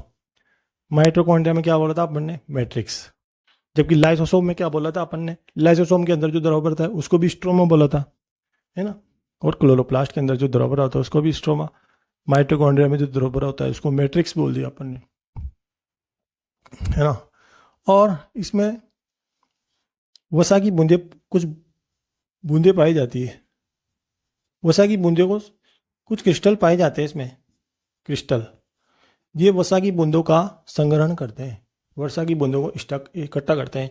इनका नाम, इन क्रिस्टल का नाम है osmophilic crystal, osmophilic crystal, osmophilic crystal, TLE, osmophilic crystal, है ना। तो ये है ऑस्मोफिलिक क्रिस्टल। क्या काम करते हैं, इसमें ऑस्मोफिलिक क्रिस्टल पाए जाते हैं इसके जो स्ट्रोमा में है ना। क्या काम करते हैं ये काम करते हैं वसा या तेल की बूंदों का संग्रहण करते हैं, वसा की बूंदों का संग्रहण करते हैं। इलियोप्लास्ट भी करता है वहाँ, यहाँ ऑस्मोफिलिक क्रिस्टल भी करते हैं, है ना। इसके अलावा इसमें सिक्के के समान चपटी संरचनाएं पाई जाती है। सिक्का होता है ना, सिक्का, 1 रुपये का सिक्का, 2 रुपये का सिक्का, चपटी चपटी संरचनाएं पाई जाती हैं। सिक्के के समान चपटी संरचनाएं पाई जाती है, सिक्के के समान चपटी संरचनाएं पाई जाती है, जिसको क्या बोलते हैं, थाइलेकोइड, जिसको बोलते हैं थाइलेकोइड। सिक्के के समान चपटी संरचनाएं पाई जाएगी, जिसको बोलते हैं अपन थाइलेकोइड। ये थाइलेकोइड है, यहाँ से यहाँ तक की पूरी, इसको बोलते हैं अपन थाइलेकोइड, थाइलेकोइड्स, है ना। थाइलेकोइड, ये तो एस लगा दिया, इंग्लिश है ना इसलिए थाइलेकोइड्स। ये थाइलेकोइड आपस में जुड़ी होती है। अब कैसे जुड़ी होती है, स्ट्रोमा लेमिली से जुड़ी होती है। यहाँ से ये जरा, ये एक स्ट्रोमा लेमिली के द्वारा जुड़ी होती है, स्ट्रोमा लेमिली। लेमिली की स्पेलिंग भूल गया मैं, lamellae, EAE, lamellae, stroma lamellae, या फ्रेड चैनल भी बोलते हैं इनको। तो ये क्या करते हैं, इसमें चपटी सिक्के समान संरचनाएं पाई जाती है। क्लोरोप्लास्ट का जो स्ट्रोमा होता है ना, ये स्ट्रोमा, ये लिक्विड है पूरा, इसमें क्या पाई जाती है, चपटी चपटी संरचना होती है, सिक्के के समान होती है ना।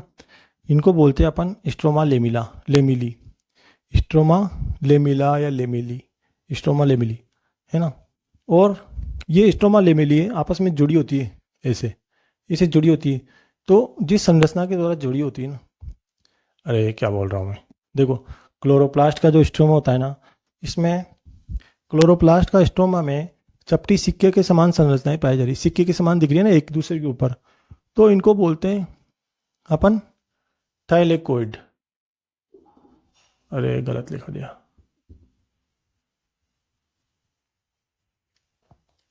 ये होती है थाइलेकोइड,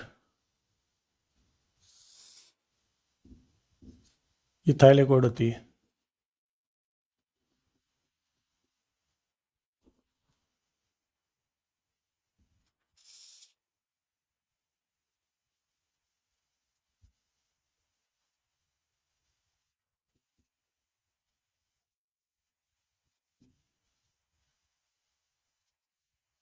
और ये थाइलेकोइड मिलकर आपस में क्या बनाती है, ग्रेनम।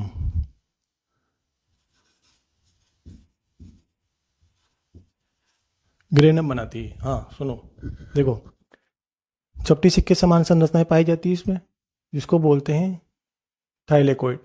और इन थाइलेकोइड के जो समूह है ना, थाइलेकोइड मिलके क्या बनाएगी, थाइलेकोइड के समूह मिलके बनाते हैं ग्रेनम, और एक ग्रेनम के भी समूह मिल जाते हैं तो क्या बनाते हैं, ग्रेना, है ना। ये पढ़ेंगे यहाँ पर, है ना। तो ये है इसकी संरचना। देखो एक बार फिर से समझ लो इसकी। क्लोरोप्लास्ट है ना, 2 झिल्ली युक्त कोशिकाएं, 2 झिल्लियां पाई जाएंगी इसमें। एक तो बाहर वाली झिल्ली, एक आंतरिक अंदर वाली झिल्ली। जो बाहरी वाली झिल्ली उसको आउटर मेम्ब्रेन बोल दिया, अंदर की तरफ जो झिल्ली होती है उसको इनर मेम्ब्रेन बोल दिया अपन ने, है ना। अब दोनों झिल्लियों के बीच में स्पेस, जगह होती है, थोड़ी सी जगह होती है, उसको बोल दिया अपन ने पेरीप्लास्टिडियल स्पेस, पेरीप्लास्टिडियल स्पेस कहते हैं उसको, है ना। अब इसके अलावा इसके अंदर एक द्रव भरा होता है, पूरे क्लोरोप्लास्ट के अंदर एक द्रव भरा होता है जिसको बोलते हैं स्ट्रोमा, स्ट्रोमा, है ना। इस स्ट्रोमा में अप्रकाशिक अभिक्रिया संपन्न होती है, अप्रकाशिक अभिक्रिया किसमें, इसके अंदर, स्ट्रोमा के अंदर, है ना। इसका मतलब, या डार्क रिएक्शन मतलब अप्रकाशिक अभिक्रिया संपन्न होती है ना। और इसमें चपटी सिक्के समान संरचनाएं पाई जाती है। चपटी चपटी सिक्के के एक के ऊपर एक, एक ऊपर एक सिक्के समान संरचनाएं पाई जा रही है। सिक्का दिख रहा है तो चपटा सिक्का होता है ना, वैसी संरचना पाई जा रही है, उसको बोलते हैं अपने थाइलेकोइड। ये सब थाइलेकोइड है, 1 2 3 4 5, 1 2 3 4 5 ऐसे थाइलेकोइड है ना। अब ये थाइलेकोइड है ना, बहुत सारी थाइलेकोइड मिल जाएगी, 30 से 35 थाइलेकोइड मिल जाएगी, 35 से 50 थाइलेकोइड मिल जाएगी। तो 35 से 50 थाइलेकोइड मिल जाएगी, बहुत सारी थाइलेकोइड मिल जाएगी, एक समूह बना लेगी। तो इनके समूह को क्या बोलते हैं अपन? ग्रेनम। ग्रेनम बोलते हैं। और ग्रेनम के भी समूह मिल जाएंगे तो ग्रेना कहलाएंगे, है ना। ग्रेनम के भी समूह मिल जाएंगे तो ग्रेना कहलाएंगे। और उस ग्रेना में प्रकाश संश्लेषण की क्रिया होती है, प्रकाशिक अभिक्रिया होती है। प्रकाश संश्लेषण की 2 होती है, देखो।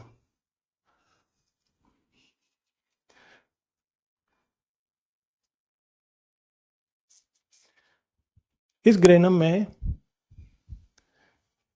अब इस ग्रेनम में थाइलेकोइड मिलकर क्या बनाते हैं? बहुत सारे थाइलेकोइड मिलकर ग्रेनम ग्रेनम बनाते हैं, है ना। अब बहुत सारे ग्रेनम मिल जाएंगे तो क्या बनाएंगे? ग्रेना। ग्रेनम तो ग्रेना, ग्रेना बना देंगे। अब देखो, इसके अलावा स्ट्रोमा में, अब इसके स्ट्रोमा में क्या क्या चीज़ें पाई जाती है? स्ट्रोमा में पाई जाती है एक तो 70S राइबोसोम, 70S राइबोसोम पाए जाते हैं। इसके अलावा क्लोरोप्लास्ट डीएनए भी पाया जाता है। ये दोनों चीज़ें माइटोकॉन्ड्रिया में पाई जाती है, केंद्र, इसके अलावा कोशिका में तो पाई जाती है ना। तो डीएनए और राइबोसोम, है ना, तो ये दोनों केंद्रक में भी पाए जाते हैं, माइटोकॉन्ड्रिया में पाए जाते हैं और क्लोरोप्लास्ट में पाए जाते हैं। तीनों चीज़ें, ये तीनों कोशिकाओं में मिलती है दोनों चीज़ें, है ना। इसके अलावा चपटी सिक्के समान संरचना है जिन्हें थाइलेकोइड बोलते हैं, ये तो पढ़ाई दिया। थाइलेकोइड के समूह मिलकर ग्रेनम बनाएंगे, है ना। ग्रेनम के समूह मिल जाएंगे तो ग्रेना बनाएंगे, है ना। ये अपन लिखेंगे। और उस ग्रेना में प्रकाशिक अभिक्रिया संपन्न होगी। इस स्ट्रोमा में तो होगी अप्रकाशिक अभिक्रिया, इसमें होगी प्रकाशिक अभिक्रिया, ये है। और इसमें वसा के क्रिस्टल पाए जाते हैं, इसमें छोटे छोटे क्रिस्टल पाए जाते हैं जिनको बोलते हैं ऑस्मोफिलिक क्रिस्टल। तो ये ऑस्मोफिलिक क्रिस्टल क्या करते हैं? वसा या तेल की बूंदों का संचय करते हैं, कलेक्शन करते हैं, स्टोरेज करते हैं। इसके अलावा इस क्लोरोप्लास्ट के स्ट्रोमा में एक एंजाइम पाया जाता है रूबिस्को।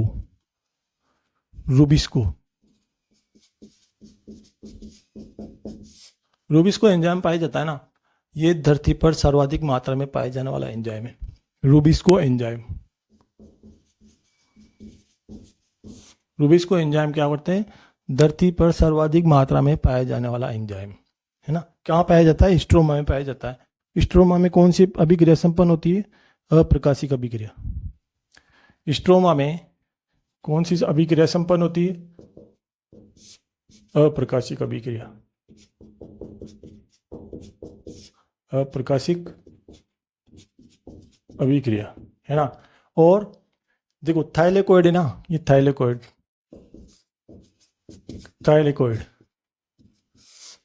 ये मिलकर बनाते हैं 35 से 50 थाइलेकोइड मिलकर क्या बनाते हैं? ग्रेनम बनाते हैं। वहां लिख रखा, थाइलेकोइड के समूह मिलकर क्या बनाते हैं? ग्रेनम बनाते हैं। और ग्रेनम के समूह मिल जाएंगे तो क्या बनाएंगे? ग्रेना। इसमें क्या होगा? अभी ग्रेना क्या है? स्ट्रोमा में तो होगी अप्रकाशिक अभिक्रिया, स्ट्रोमा में तो होगी अप्रकाशिक अभिक्रिया। और जो एक ग्रेना है, इस ग्रेना में कौन सी अभिक्रिया संपन्न होगी? इस ग्रेना में होगी प्रकाशिक अभिक्रिया संपन्न।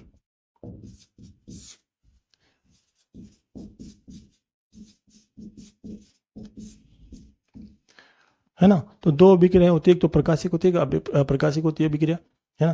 तो प्रकाशिक अभिक्रिया होगी तो ग्रेना भाग में। क्लोरोप्लास्ट के किस भाग में प्रकाशिक अभिक्रिया संपन्न होती है? एक बार आ चुका है, आरपीएससी सेकंड ग्रेड में क्वेश्चन आ चुका है। प्रकाशिक क्लोरोप्लास्ट के किस भाग में प्रकाशिक अभिक्रिया संपन्न होती है? ग्रेना भाग में। और किस भाग में प्रकाशिक अभिक्रिया संपन्न होती है? तो स्ट्रोमा में। तो आपको ये ध्यान रखना है, ग्रेना वाला, है ना। तो ग्रेना क्या होता है? थाइलेकोइड होती है जो जब चपटी सिक्के समान संरचनाएं पाई जाती है क्लोरोप्लास्ट के अंदर। स्ट्रोमा में चपटी सिक्के समान संरचनाएं पाई जाती है जिन्हें बोलते हैं थाइलेकोइड्स। तो थाइलेकोइड, बहुत सारी थाइलेकोइड मिल जाएगी, 35 से 50 थाइलेकोइड मिल जाएगी तो ग्रेनम बनाएगी। ग्रेनम, बहुत सारे ग्रेनम मिल जाएंगे तो क्या बनाएंगे? ग्रेना, है ना। और इसके अलावा ये जो थाइलेकोइड होते हैं ना, इनमें थाइलेकोइड की खोज किसने की थी? थाइलेकोइड शब्द किसने दिया था? थाइलेकोइड थाइलेकोइड शब्द दिया था मेंके ने। किसने दिया था? मेंके ने। थाइलेकोइड शब्द दिया था मेंके ने। इसके अलावा, है ना, इसके अलावा थाइलेकोइड में ना छोटे छोटे कण पाए जाते हैं। छोटे छोटे कण पाए जाते हैं। छोटे छोटे कण पाए जाते हैं थाइलेकोइड में। जिस सिक्के समान संरचना होती है ना, इनमें छोटे छोटे कण पाए जाते हैं। ये कण, इनको बोलते हैं अपन, क्या बोलते हैं? क्वांटासोम। क्वांटासोम लिखो इसको, क्वांटासोम। थाइलेकोइड में जो कण पाए जाते हैं उनको बोलते हैं क्वांटासोम। क्वांटासोम क्या है? प्रकाश संश्लेषण की संरचनात्मक और क्रियात्मक इकाई है। क्वांटासोम क्या है? थाइलेकोइड में क्या पाए जाएंगे? छोटे छोटे कण होते हैं, उन कण को बोलते हैं क्वांटासोम। क्वांटासोम, है ना। अब क्वांटासोम क्या करते हैं? प्रकाश संश्लेषण की इकाई है ये, संरचनात्मक और क्रियात्मक इकाई। संरचनात्मक और क्रियात्मक इकाई क्वांटासोम है। प्रकाश संश्लेषण की संरचनात्मक और क्रियात्मक इकाई क्या है? क्वांटासोम। अब एक क्वांटासोम का जो अणु होता है ना, एक क्वांटासोम के अणु में, एक क्वांटासोम का जो एक अणु होता है, इसमें क्लोरोफिल के 230 से 250 अणु पाए जाते हैं। 230 से 250 क्लोरोफिल के अणु पाए जाते हैं। क्लोरोफिल के अणु पाए जाते हैं एक क्वांटासोम में। एक अणु नहीं, एक क्वांटासोम में क्लोरोफिल के कितने अणु पाए जाते हैं?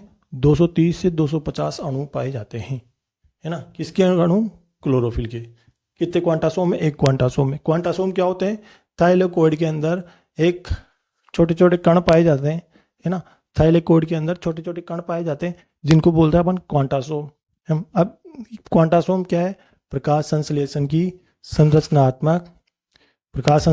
संरचनात्मक और क्रियात्मक इकाई है क्वांटासोम। अब ये क्वांटासोम, एक क्वांटासोम में क्लोरोफिल के कितने अणु पाए जाते हैं? 230 से 250। तो एक बार इसकी संरचना को अपन ने समझ लिया। वैसे तो काफ़ी, इसको एक बार फिर से समझेंगे, पर आप फिलहाल तो चित्र बना लो, है ना, और कुछ बनाने की जरूरत नहीं है। इसके अलावा स्ट्रोमा में ना, ये जो द्रव है स्ट्रोमा, इसमें रूबिस्को एंजाइम पाया जाता है। रूबिस्को एंजाइम इस धरती पर पाए जाने वाला सर्वाधिक मात्रा में पाए जाने वाला एंजाइम है ना, रूबिस्को एंजाइम। तो आप पहले ऐसा करो, चित्र बना लो, है ना, और सबको छोड़ दो, इनको मत उतारना। चित्र बना लो आप तो, है ना। फिर अपन इसकी पूरी संरचना लिखते हैं, है ना। जब तक आप चित्र बना लो, है ना, बना लो इसको, कॉपी में उतार लो। ये क्लोरोप्लास्ट का चित्र है, वो डायग्राम है क्लोरोप्लास्ट का, बना लो इसको।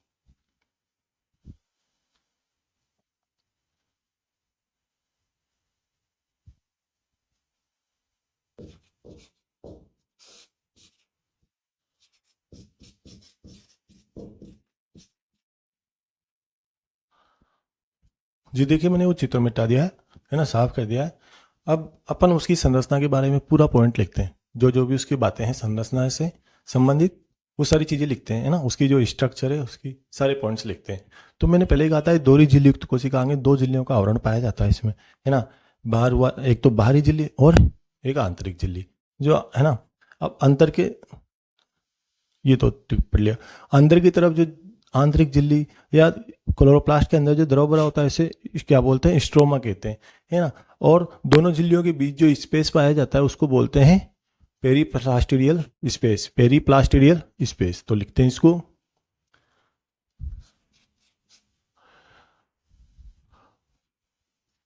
क्लोरोप्लास्ट। एक क्लोरोप्लास्ट या हरित लवक, है ना, दोहरी झिल्ली युक्त कोशिकांग है। दोहरी झिल्ली युक्त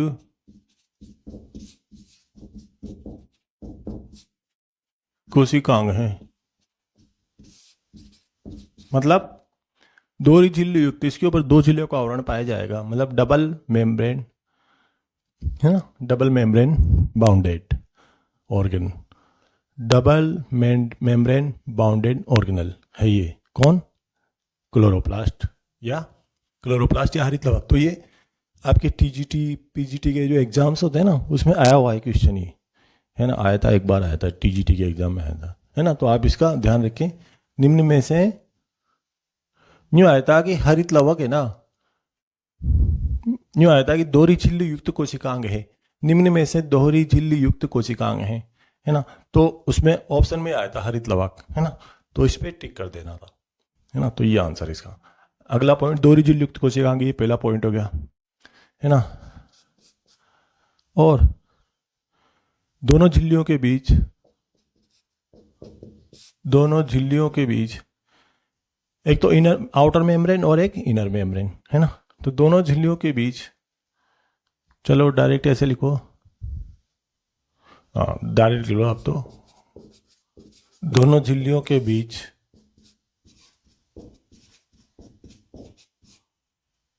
वाले बीच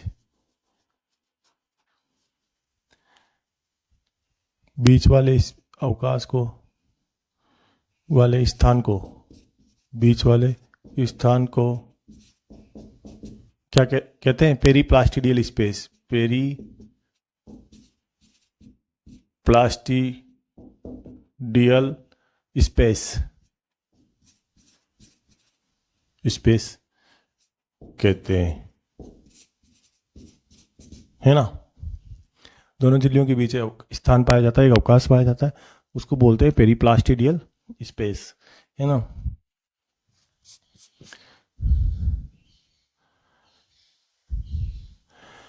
आंतरिक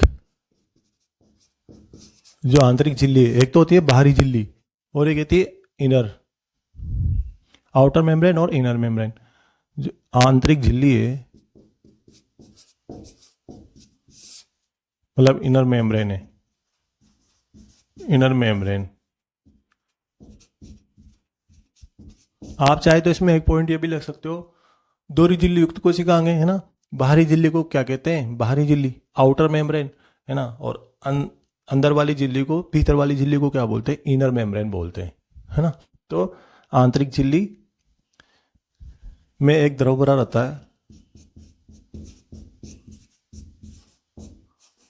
रहता है,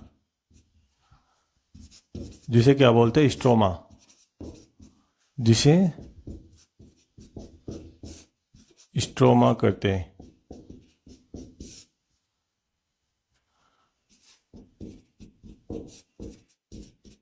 मतलब क्लोरोप्लास्ट में जो द्रव भरा होता है ना, उसको स्ट्रोमा कहते हैं, है ना। लाइसोसोम में भी स्ट्रोमा कहते हैं, तो माइटोकॉन्ड्रिया में मैट्रिक्स कहते हैं। ये है। इसके अलावा स्ट्रोमा में निम्न चीजें पाई जाती है ना। स्ट्रोमा में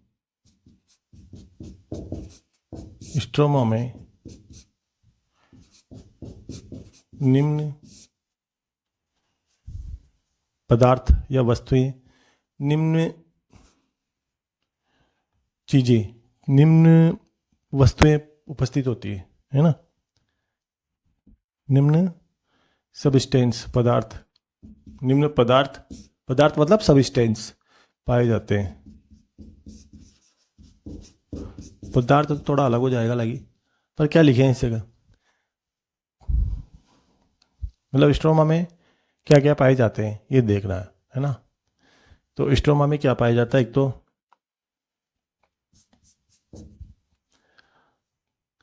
ग्रेना, है ना। ग्रेना, देखो ग्रेना क्या होती है? थायलेट स्ट्रोमा में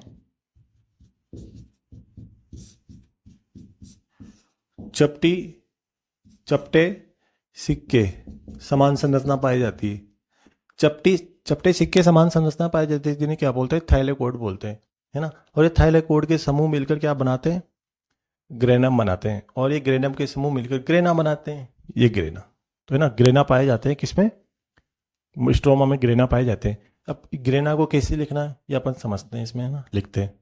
स्ट्रोमा में चपटे सिक्के समान संरचनाएं पाई जाती है, संरचनाएं पाई जाती है। यहाँ पे पदार्थ की जगह आप वो लिख दो, संरचनाएं, निम्न संरचनाएं, ये लिखो, पाई जाती है। माफ करना, थोड़ा गलत हो गया, है ना, पाई जाती है, ऐसे मेरे को जमाना नहीं आ रहा था वाक्य। निम्न संरचनाएं पाई जाती है। स्ट्रोमा में चपटी सिक्के समान संरचनाएं पाई जाती है, जिसे क्या बोलते हैं, जिसे थाइलेकोइड कहते हैं। थाइलेकोइड, थाइलेकोइड कहते हैं। जिनकी खोज मेनके ने की थी, जिनकी खोज किसने की थी, मेनके ने। मेनके ने, मेनके ने की थी, ठीक है। ये हो गई संरचना थाइलेकोइड की, है ना। यहाँ पे ए पॉइंट डाल लो, ग्रेना, ये है ना। अगला पॉइंट इसे में, थाइलेकोइड, थाइलेकोइड के समूह क्या कहलाते हैं, थाइलेकोइड के समूह कहलाते हैं ग्रेनम, और ग्रेनम के समूह कहलाते हैं, ग्रेनम मिलकर क्या बनाते हैं, ग्रेना बनाते हैं, है ना। तो लिखते हैं इसको, थाइलेकोइड के समूह ग्रेनम कहलाते हैं।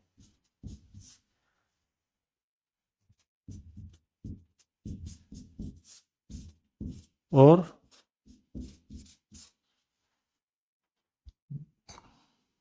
ग्रेनम के समूह क्या कहलाते हैं, ग्रेना कहलाते हैं। ग्रेनम के समूह ग्रेना कहलाते हैं। ये हो गया ग्रेना। अब ग्रेना में देखो, स्ट्रोमा में तो प्रकाश संश्लेषण की, स्ट्रोमा में तो अप्रकाशिक अभिक्रिया संपन्न होती है, जबकि ग्रेना में प्रकाशिक अभिक्रिया संपन्न होती है। ग्रेना में प्रकाशिक अभिक्रिया संपन्न होती है ना। तो ये क्वेश्चन आया हुआ है सेकंड ग्रेड में, आरपीएससी सेकंड ग्रेड में, कि ग्रेना में को प्रकाशिक अभिक्रिया किसमें संपन्न होती है। प्रकाशिक अभिक्रिया, प्रकाश क्वेश्चन यह था, प्रकाश संश्लेषण की प्रकाशिक अभिक्रिया हरित लवक के किस भाग में संपन्न होती है, स्ट्रोमा में, ग्रेना में, है ना। तो जो भी ऑप्शन होगा सही, ग्रेना में, है ना। तो लिखो इसको, लिखते हैं इसको, ग्रेना में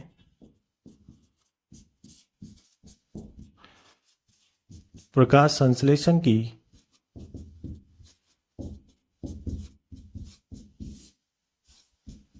प्रकाश संश्लेषण की प्रकाशिक अभिक्रिया, प्रकाशिक अभिक्रिया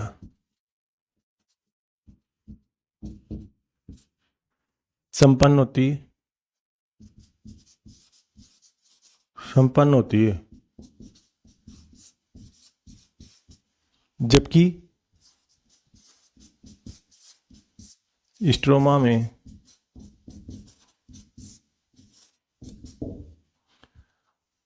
अप्रकाशिक अभिक्रिया, अप्रकाशिक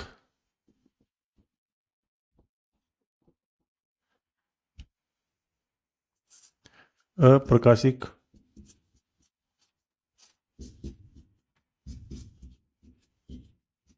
अभिक्रिया, अप्रकाशिक अभिक्रिया संपन्न होती है।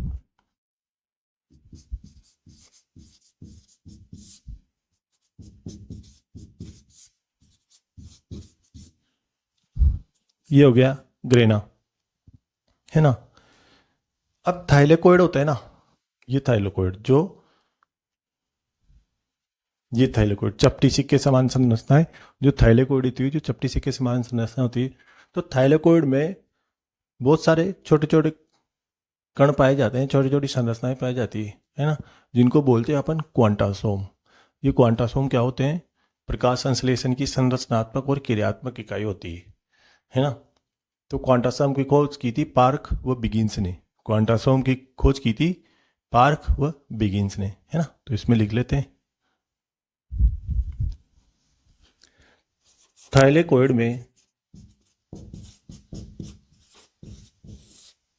में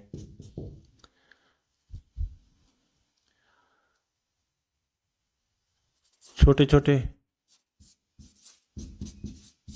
कण पाए जाते हैं। कण या संरचनाएं एक ही बात है, पाई जाती है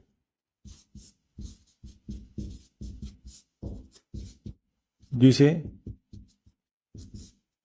क्या कहते हैं? क्वांटासोम। जिसे क्वांटासोम कहते हैं, है ना। क्वांटासोम प्रकाश संश्लेषण की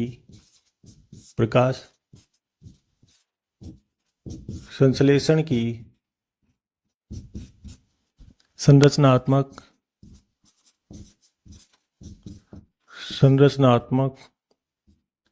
व क्रियात्मक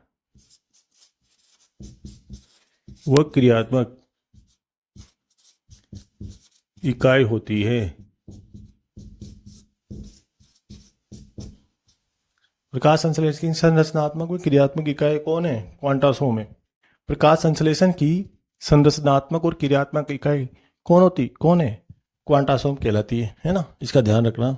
और क्वांटासोम की खोज किसने की थी? पार्क व बिगिंस ने।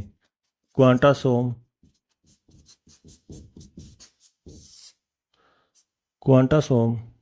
की खोज पार्क व बिगिंस ने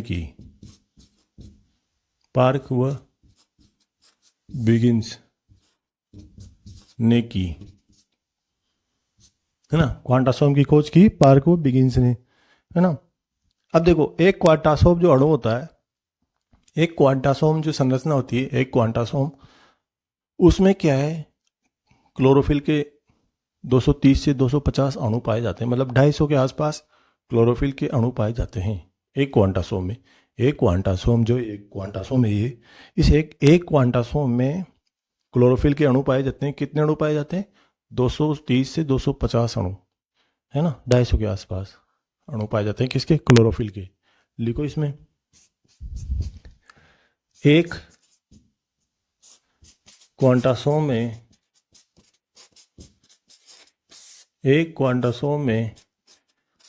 230 से 250 क्लोरोफिल के अणु पाए जाते हैं।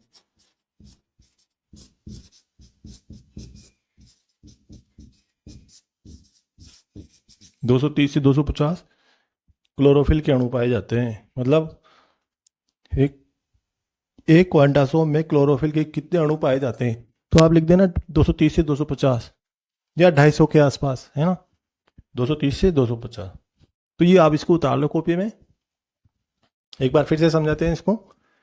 क्लोरोप्लास्ट की संरचना पढ़ रहे थे अपन, हरित लवक की संरचना पढ़ रहे थे, तो स्ट्रक्चर पढ़ रहे थे। तो इसमें देखो, क्लोरोप्लास्ट क्या है? दोहरी झिल्ली युक्त कोशिकाएं, है ना। दोहरी झिल्ली युक्त, 2 झिल्लियां पाई जाएगी इसके ऊपर, मतलब double membrane bounded structure. Double membrane bounded structure, मतलब सेल ऑर्गेनल, है ना। दोनों झिल्लियों के बीच वाले स्थान को क्या बोलते हैं? अब इसके बाद आप ये लिख सकते हो, क्लोरोप्लास्ट दोहरी झिल्ली युक्त कोशिकाएं। इसके बाद आप ये लिख सकते हो, बाहरी झिल्ली को, जो झिल्ली बाहर पाई जाती है उसको आउटर मेम्ब्रेन कहते हैं, और जो झिल्ली अंदर पाई जाती है उसको इनर मेम्ब्रेन कहते हैं या आंतरिक झिल्ली कहते हैं, है ना, बाहरी झिल्ली और आंतरिक झिल्ली। अब देखो दोनों झिल्लियों के बीच जो बीच वाले स्थान को पेरीप्लास्टिडियल स्पेस कहते हैं। दोनों झिल्लियों के बीच स्थान पाया जाएगा, अवकाश पाया जाएगा, उसको क्या बोलते हैं? पेरीप्लास्टिडियल स्पेस। आंतरिक झिल्ली या इनर मेम्ब्रेन में एक द्रव भरा रहता है जिसे क्या बोलते हैं? स्ट्रोमा। क्लोरोप्लास्ट में जो द्रव भरा होता है ना उसको स्ट्रोमा कहते हैं, सीधी सी बात है। स्ट्रोमा में निम्न संरचनाएं पाई जाती है। अब वो जो भरा रहता है उस द्रव, उस पूरे क्लोरोप्लास्ट में, उस द्रव में क्या क्या संरचनाएं पाई जाती है ये अपन को लिखना है ना। पहला है ग्रेना। ग्रेना क्या होते हैं?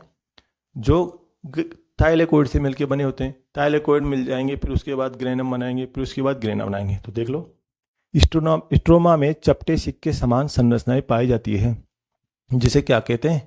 थाइलेकोइड। मतलब ये चपटे सिक्के के समान संरचना पाई जाएगी, एक के ऊपर एक, एक के ऊपर एक रखी जाएगी, है ना। तो उसको बोलते हैं थाइलेकोइड, जिनकी खोज की थी मेनके ने। ये तो हो गया थाइलेकोइड। अब थाइलेकोइड से मिलकर क्या बनाते हैं? ग्रेनम। फिर ग्रेनम मिलकर क्या बनाते हैं? ग्रेना। देखो थाइलेकोइड के समूह ग्रेनम कहलाते हैं। ग्रेनम और ग्रेनम के समूह क्या कहलाते हैं? ग्रेना कहलाते हैं। या फिर यूं भी लिख सकते हो, ग्रेनम आपस में मिलकर ग्रेना बनाते हैं। कुछ भी लिख दो, समझ में आना चाहिए। ग्रेना में प्रकाश संश्लेषण की प्रकाशिक अभिक्रिया संपन्न होती है ना। कौन सी अभिक्रिया? प्रकाश। तो ये आरपीएससी में आया हुआ क्वेश्चन है, सेकंड ग्रेड में। प्रकाश संश्लेषण की प्रकाशिक अभिक्रिया संपन्न होती है, किसमें होती है? ग्रेना में संपन्न होती है। जबकि स्ट्रोमा में अप्रकाशिक अभिक्रिया संपन्न होती है। थाइलेकोइड में छोटे छोटे कण या संरचनाएं पाई जाती है। थाइलेकोइड में क्या है? छोटे छोटे कण पाए जाते हैं, छोटे छोटे, है ना, संरचनाएं पाई जाती है उस सिक्के के अंदर, थाइलेकोइड के अंदर। तो उन्हें क्या बोलता है? क्वांटासोम। मतलब ये ना, ये थाइलेकोइड है, ये थाइलेकोइड। एक दूसरे के ऊपर जमा दो, ये सिक्के सवाल से। अब ये थाइलेकोइड के अंदर छोटे छोटे कण समान संरचनाएं पाई जाती है ना, छोटे छोटे संरचनाएं पाई जाती जिन्हें बोलते हैं क्वांटासोम। तो ये क्वांटासोम है। ये जो छोटे छोटे कण बनाए ना अपन ने, ये क्वांटासोम है ना। क्वांटासोम प्रकाश संश्लेषण की संरचनात्मक व क्रियात्मक इकाई होती है ना। जैसे सजीवों की संरचनात्मक और क्रियात्मक इकाई क्या होती है? हमारे शरीर की सजीवों की संरचनात्मक और क्रियात्मक इकाई क्या होती है? कोशिका होती है।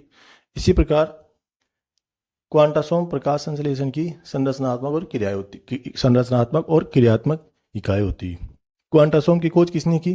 पार्कने और बिगिंस ने, है ना, बिगिंस ने की थी।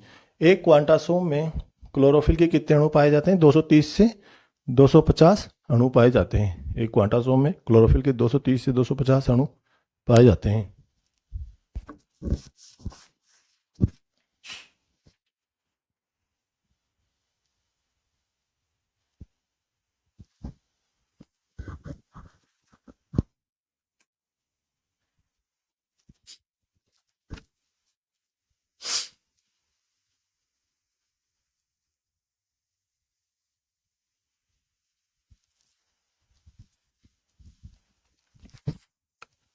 तो आप इसको कॉपी में उतार लो, फिर मैं आगे लिखाता हूँ, है ना। जो आप इसको उतार लो कॉपी में। ये क्वांटासोम है, इस थाइलेकोइड एक दूसरे के ऊपर रखे रहते हैं इसे, और क्वांटा ये इसके अंदर कण संरचनाएं पाई जाती है थाइलेकोइड में। ये तो हो गया थाइलेकोइड।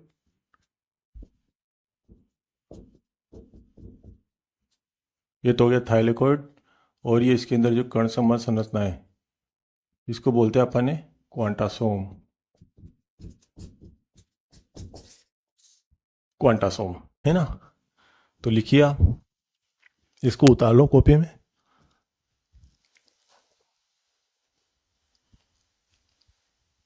मिटाने जा रहा हूं मैं इसको।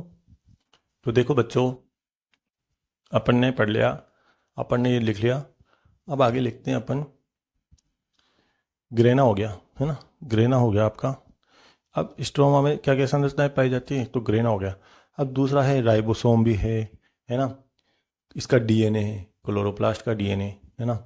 इसके अलावा ऑस्मोफिलिक क्रिस्टल है, इन सब के बारे में अपन को लिखना है ना। तो लिखते हैं। तो देखो, दूसरी जो संरचना है वो है आपके स्ट्रोमा में। और क्या क्या चीज़ें पाई जाती है स्ट्रोमा में? पाई जाती है आपके DNA, chloroplast DNA, chloroplast DNA. तो इसमें ना वृत्ताकार डीएनए पाया जाएगा, वृत्ताकार होगा, नग्न होगा, है ना डीएनए। इसके अलावा क्लोरोप्लास्ट डीएनए को प्लास्टिडोम भी कहते हैं। प्लास्टिडोम, प्लास्टिक होता है ना, प्लास्टिडोम, प्लास्टिडोम भी कहते हैं, है ना, क्लोरोप्लास्ट डीएनए को। इसके अलावा इसे कोशिका द्रव्य वंशानुगति प्रदर्शित करता है ना। इसमें गुआनिन और साइटोसिन अधिक मात्रा में पाए जाते हैं। यह गुआनिन और साइटोसिन अधिक मात्रा में पाए जाएंगे। गुआनिन और साइटोसिन ये नाइट्रोजन क्षारक होते हैं, डीएनए की संरचना में आते हैं, है ना। तो देखो, इसके अलावा ये तो हो गया आपका डीएनए। इसके अलावा राइबोसोम पाए जाएंगे, 70S राइबोसोम, 70S राइबोसोम पाए जाएंगे इसमें, है ना। इसके अलावा ऑस्मोबिलिक क्रिस्टल पाई जाएंगी जो तेल और वसा का संश्लेष कलेक्शन करेगी, संचय करेगी, स्टोर करेगी, संग्रह करेगी, है ना। लिखते हैं इसको, क्लोरोप्लास्ट डीएनए लिखो। इसे क्या कहते हैं? प्लास्टिडोम, प्लास्टिडोम भी कहते हैं, प्लास्टिडोम भी कहते हैं इसको। इसके अलावा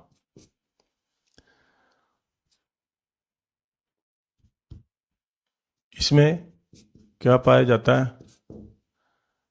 किसमें? क्लोरोप्लास्ट में। क्लोरोप्लास्ट में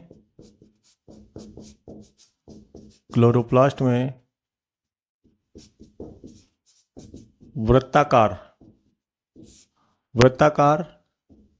कोमा नग्न, नग्न मतलब विदाउट स्टोन, है ना, डीएनए पाया जाता है।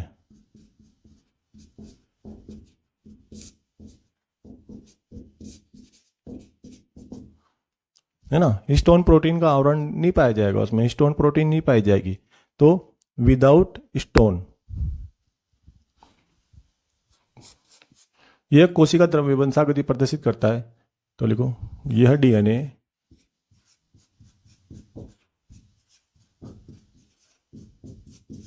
कोशिका द्रव्य वंशागति प्रदर्शित करता है,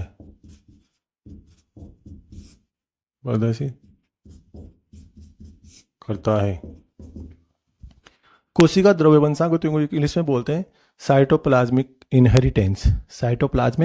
इनहेरिटेंस। इसमें इस डीएनए में गुआनिन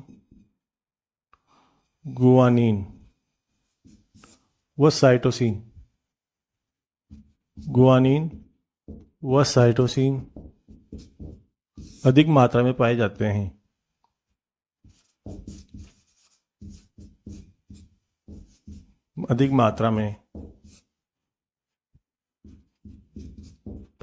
हैं। देखो, ये डीएनए ना, डीएनए के अंदर नाइट्रोजन क्षारक पाए जाते हैं। तो गुआनिन और साइटोसिन, जी और सी, ये अधिक मात्रा में पाए जाएंगे, ये नाइट्रोजन क्षारक, है ना। ये दो नाइट्रोजन क्षारक ज़्यादा मिलेंगे, है ना।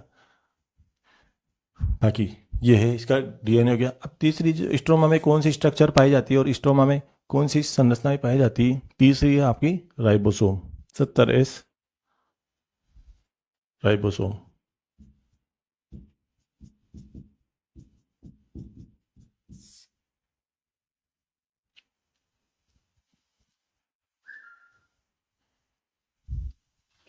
क्लोरोप्लास्ट में 70S राइबोसोम पाए जाते हैं क्लोरोप्लास्ट में। एक ही बात है, कैसे भी लिखो, क्लोरोप्लास्ट चाहे तो आगे लिख दो, क्लोरोप्लास्ट में से तरह से राइबोसोम पाए जाते हैं। कैसे भी जमा दो, आप जमा देना अपने हिसाब से, है ना। क्लोरोप्लास्ट में 70 से राइबोसोम पाए जाएंगे। इसके अलावा ऑस्मोफिलिक क्रिस्टल, ऑस्मोफिलिक क्रिस्टल ये क्या होता है देखो, क्लोरोप्लास्ट में, यहाँ पे लिख लो, क्लोरोप्लास्ट में ऑस्मोफिलिक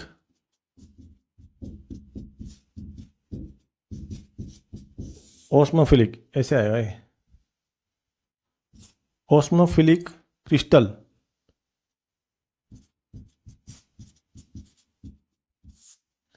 पाए जाते हैं। ये क्या काम करते हैं? वसा का संचय करते हैं, वसा का संग्रह करते हैं, स्टोर करते हैं, लिपिड का, है ना, तेल व वसा का संग्रह करते हैं। ये क्रिस्टल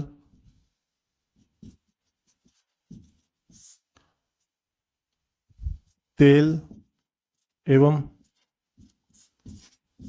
वसा का संचय करते हैं। संचय मतलब संग्रह, है ना, स्टोर, संचय करते हैं। ये हो गया आपके ऑस्मोफिलिक क्रिस्टल। तो ये 4 संरचनाएं पाई जाती है। इसके अलावा स्ट्रोमा में क्या है, रूबिस्को एंजाइम पाया जाता है। रूबिस्को, है ना, वो धरती पर सबसे ज़्यादा सर्वाधिक मात्रा में पाए जाने वाला एंजाइम है। रूबिस्को का एक और नाम है RUDP कार्बोक्सिलेज, RUDP कार्बोक्सिलेज, है ना। तो लिख लो आप तो, रूबिस्को थोड़ा अलग, रूबिस्को नाम अलग है ना, तो आप तो लिख लो।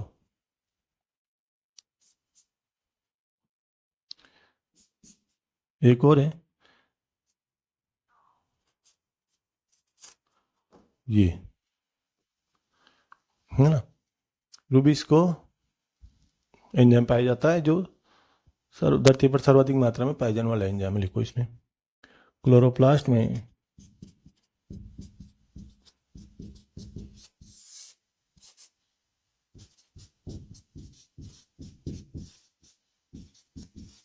रूबिस्को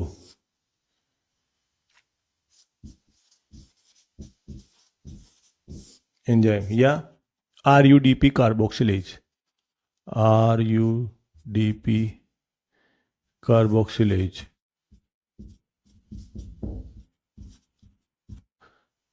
मतलब इंग्लिश में लिखेंगे इसको, हिंदी में कैसे लिखेंगे, RUDP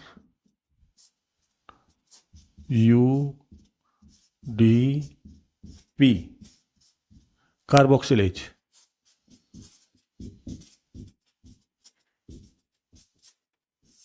RUDP कार्बोक्सिलेज, है ना,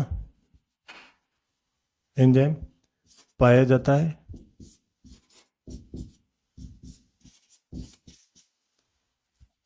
देखो एक केल्विन चक्र होता है ना, उनके एंजाइम में केल्विन चक्र इसमें होता है, इसमें स्ट्रोमा में केल्विन चक्र के एंजाइम पाए जाते हैं। मतलब स्ट्रोमा में केल्विन चक्र के एंजाइम पाए जाते हैं।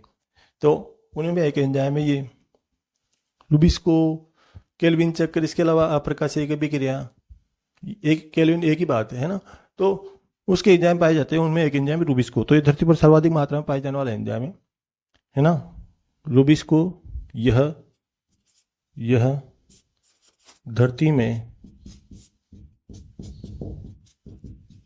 सर्वाधिक मात्रा में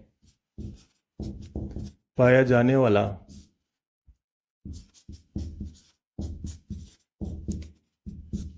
एंजाइम है ना। तो ये है, ये ये क्वेश्चन आ चुका है आपके TGT वाले पेपर में।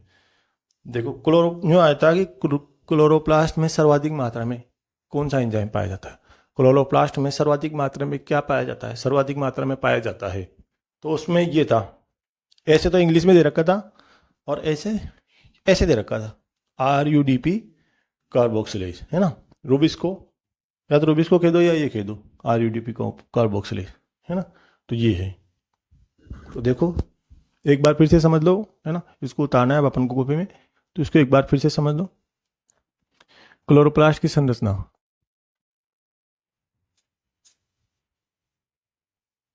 है ना। क्लोरोप्लास्ट की संरचना में देखो स्ट्रक्चर, बाकी स्ट्रोमा में काफ़ी चीज़ें वो पढ़ लिया था अपने, ग्रेनत हो गया अपना स्ट्रोमा में, है ना। अब दूसरा है आपका क्लोरोप्लास्ट DNA, फिर अपना 17S राइबोसोम, फिर ऑस्मोफेरिक क्रिस्टल, और फिर ये रूबिस्को एंजाइम, है ना। ये 5 चीज़ें पाई जाती है क्लोरोप्लास्ट में। तो देखो क्लोरोप्लास्ट DNA, क्लोरोप्लास्ट में जो DNA होता है ना उसको क्लोरोप्लास्ट DNA कहते हैं। और ये इसको क्या कहते हैं, इस क्लोरोप्लास्ट DNA को प्लास्टिडोम भी कहते हैं, प्लास्टिडोम, है ना। क्लोरोप्लास्ट में क्या होता है, ये वृत्ताकार होता है, नग्न DNA पाया जाता है। नग्न होगा मतलब विदाउट स्टोन, है ना, विदाउट स्टोन होगा, और वृत्ताकार होगा, गोल सर्कुलर होगा। इसके अलावा यह DNA कोशिका द्रव्य वंशांगति प्रदर्शित करता है। कोशिका द्रव्य वंशांगति प्रदर्शित मतलब साइटोप्लाज्मिक इनहेरिटेंस शो करेगा ये, है ना। इस DNA में गुआनिन और साइटोसिन अधिक मात्रा में पाए जाते हैं। गुआनिन और साइटोसिन ये नाइट्रोजन क्षारक है ना, इनकी मात्रा ज़्यादा होती है इसमें एडिनिन और थाइमिन से, A और T से, है ना। GC की मात्रा ज़्यादा होती है, G, गुआनिन की स्पेलिंग G से चालू होगी, साइटोसिन की C से चालू होगी, तो G और C की मात्रा ज़्यादा पाई जाती है, मतलब गुआनिन और साइटोसिन की मात्रा ज़्यादा पाई जाती है ना। और भी नाइट्रोजन क्षारक होते हैं, जैसे एडिनिन होते हैं, थाइमिन होते हैं, तो उनसे ज़्यादा इनकी मात्रा पाई जाएगी। तो आप तो डायरेक्ट ये ध्यान रख लो। इसके बाद इसमें पाया जाएगा तीसरी संरचना जो इसमें पाई जाएगी वो है 17S राइबोसोम। तो 17S राइबोसोम पाए जाते हैं क्लोरोप्लास्ट में, चाहे यहाँ लिख दो क्लोरोप्लास्ट में 17S राइबोसोम पाए जाते हैं, 70S राइबोसोम पाए जाते हैं। अगला है ऑस्मोफिलिक क्रिस्टल। तो ये ऑस्मोफिलिक क्रिस्टल पाए जाते हैं, तो इसका काम क्या होता है, कोई चीज़ पाई जा रही है तो उसका कुछ ना कुछ काम होगा ना। तो क्लोरोप्लास्ट में ऑस्मोफिलिक क्रिस्टल पाए जाते हैं। ये क्या करते हैं, ये कण, ये क्रिस्टल क्या करते हैं, तेल व वसा का संचय करते हैं या संग्रह करते हैं, या इनका स्टोर करते हैं इनको, है ना। तेल व वसा को स्टोर करते हैं। इसके बाद क्लोरोप्लास्ट में रूबिस्को एंजाइम पाया जाता है। रूबिस्को एंजाइम या RUDP कार्बोक्सिलेज एंजाइम पाया जाता है ना। RUDP कार्बोक्सिलेज एंजाइम पाया जाता है।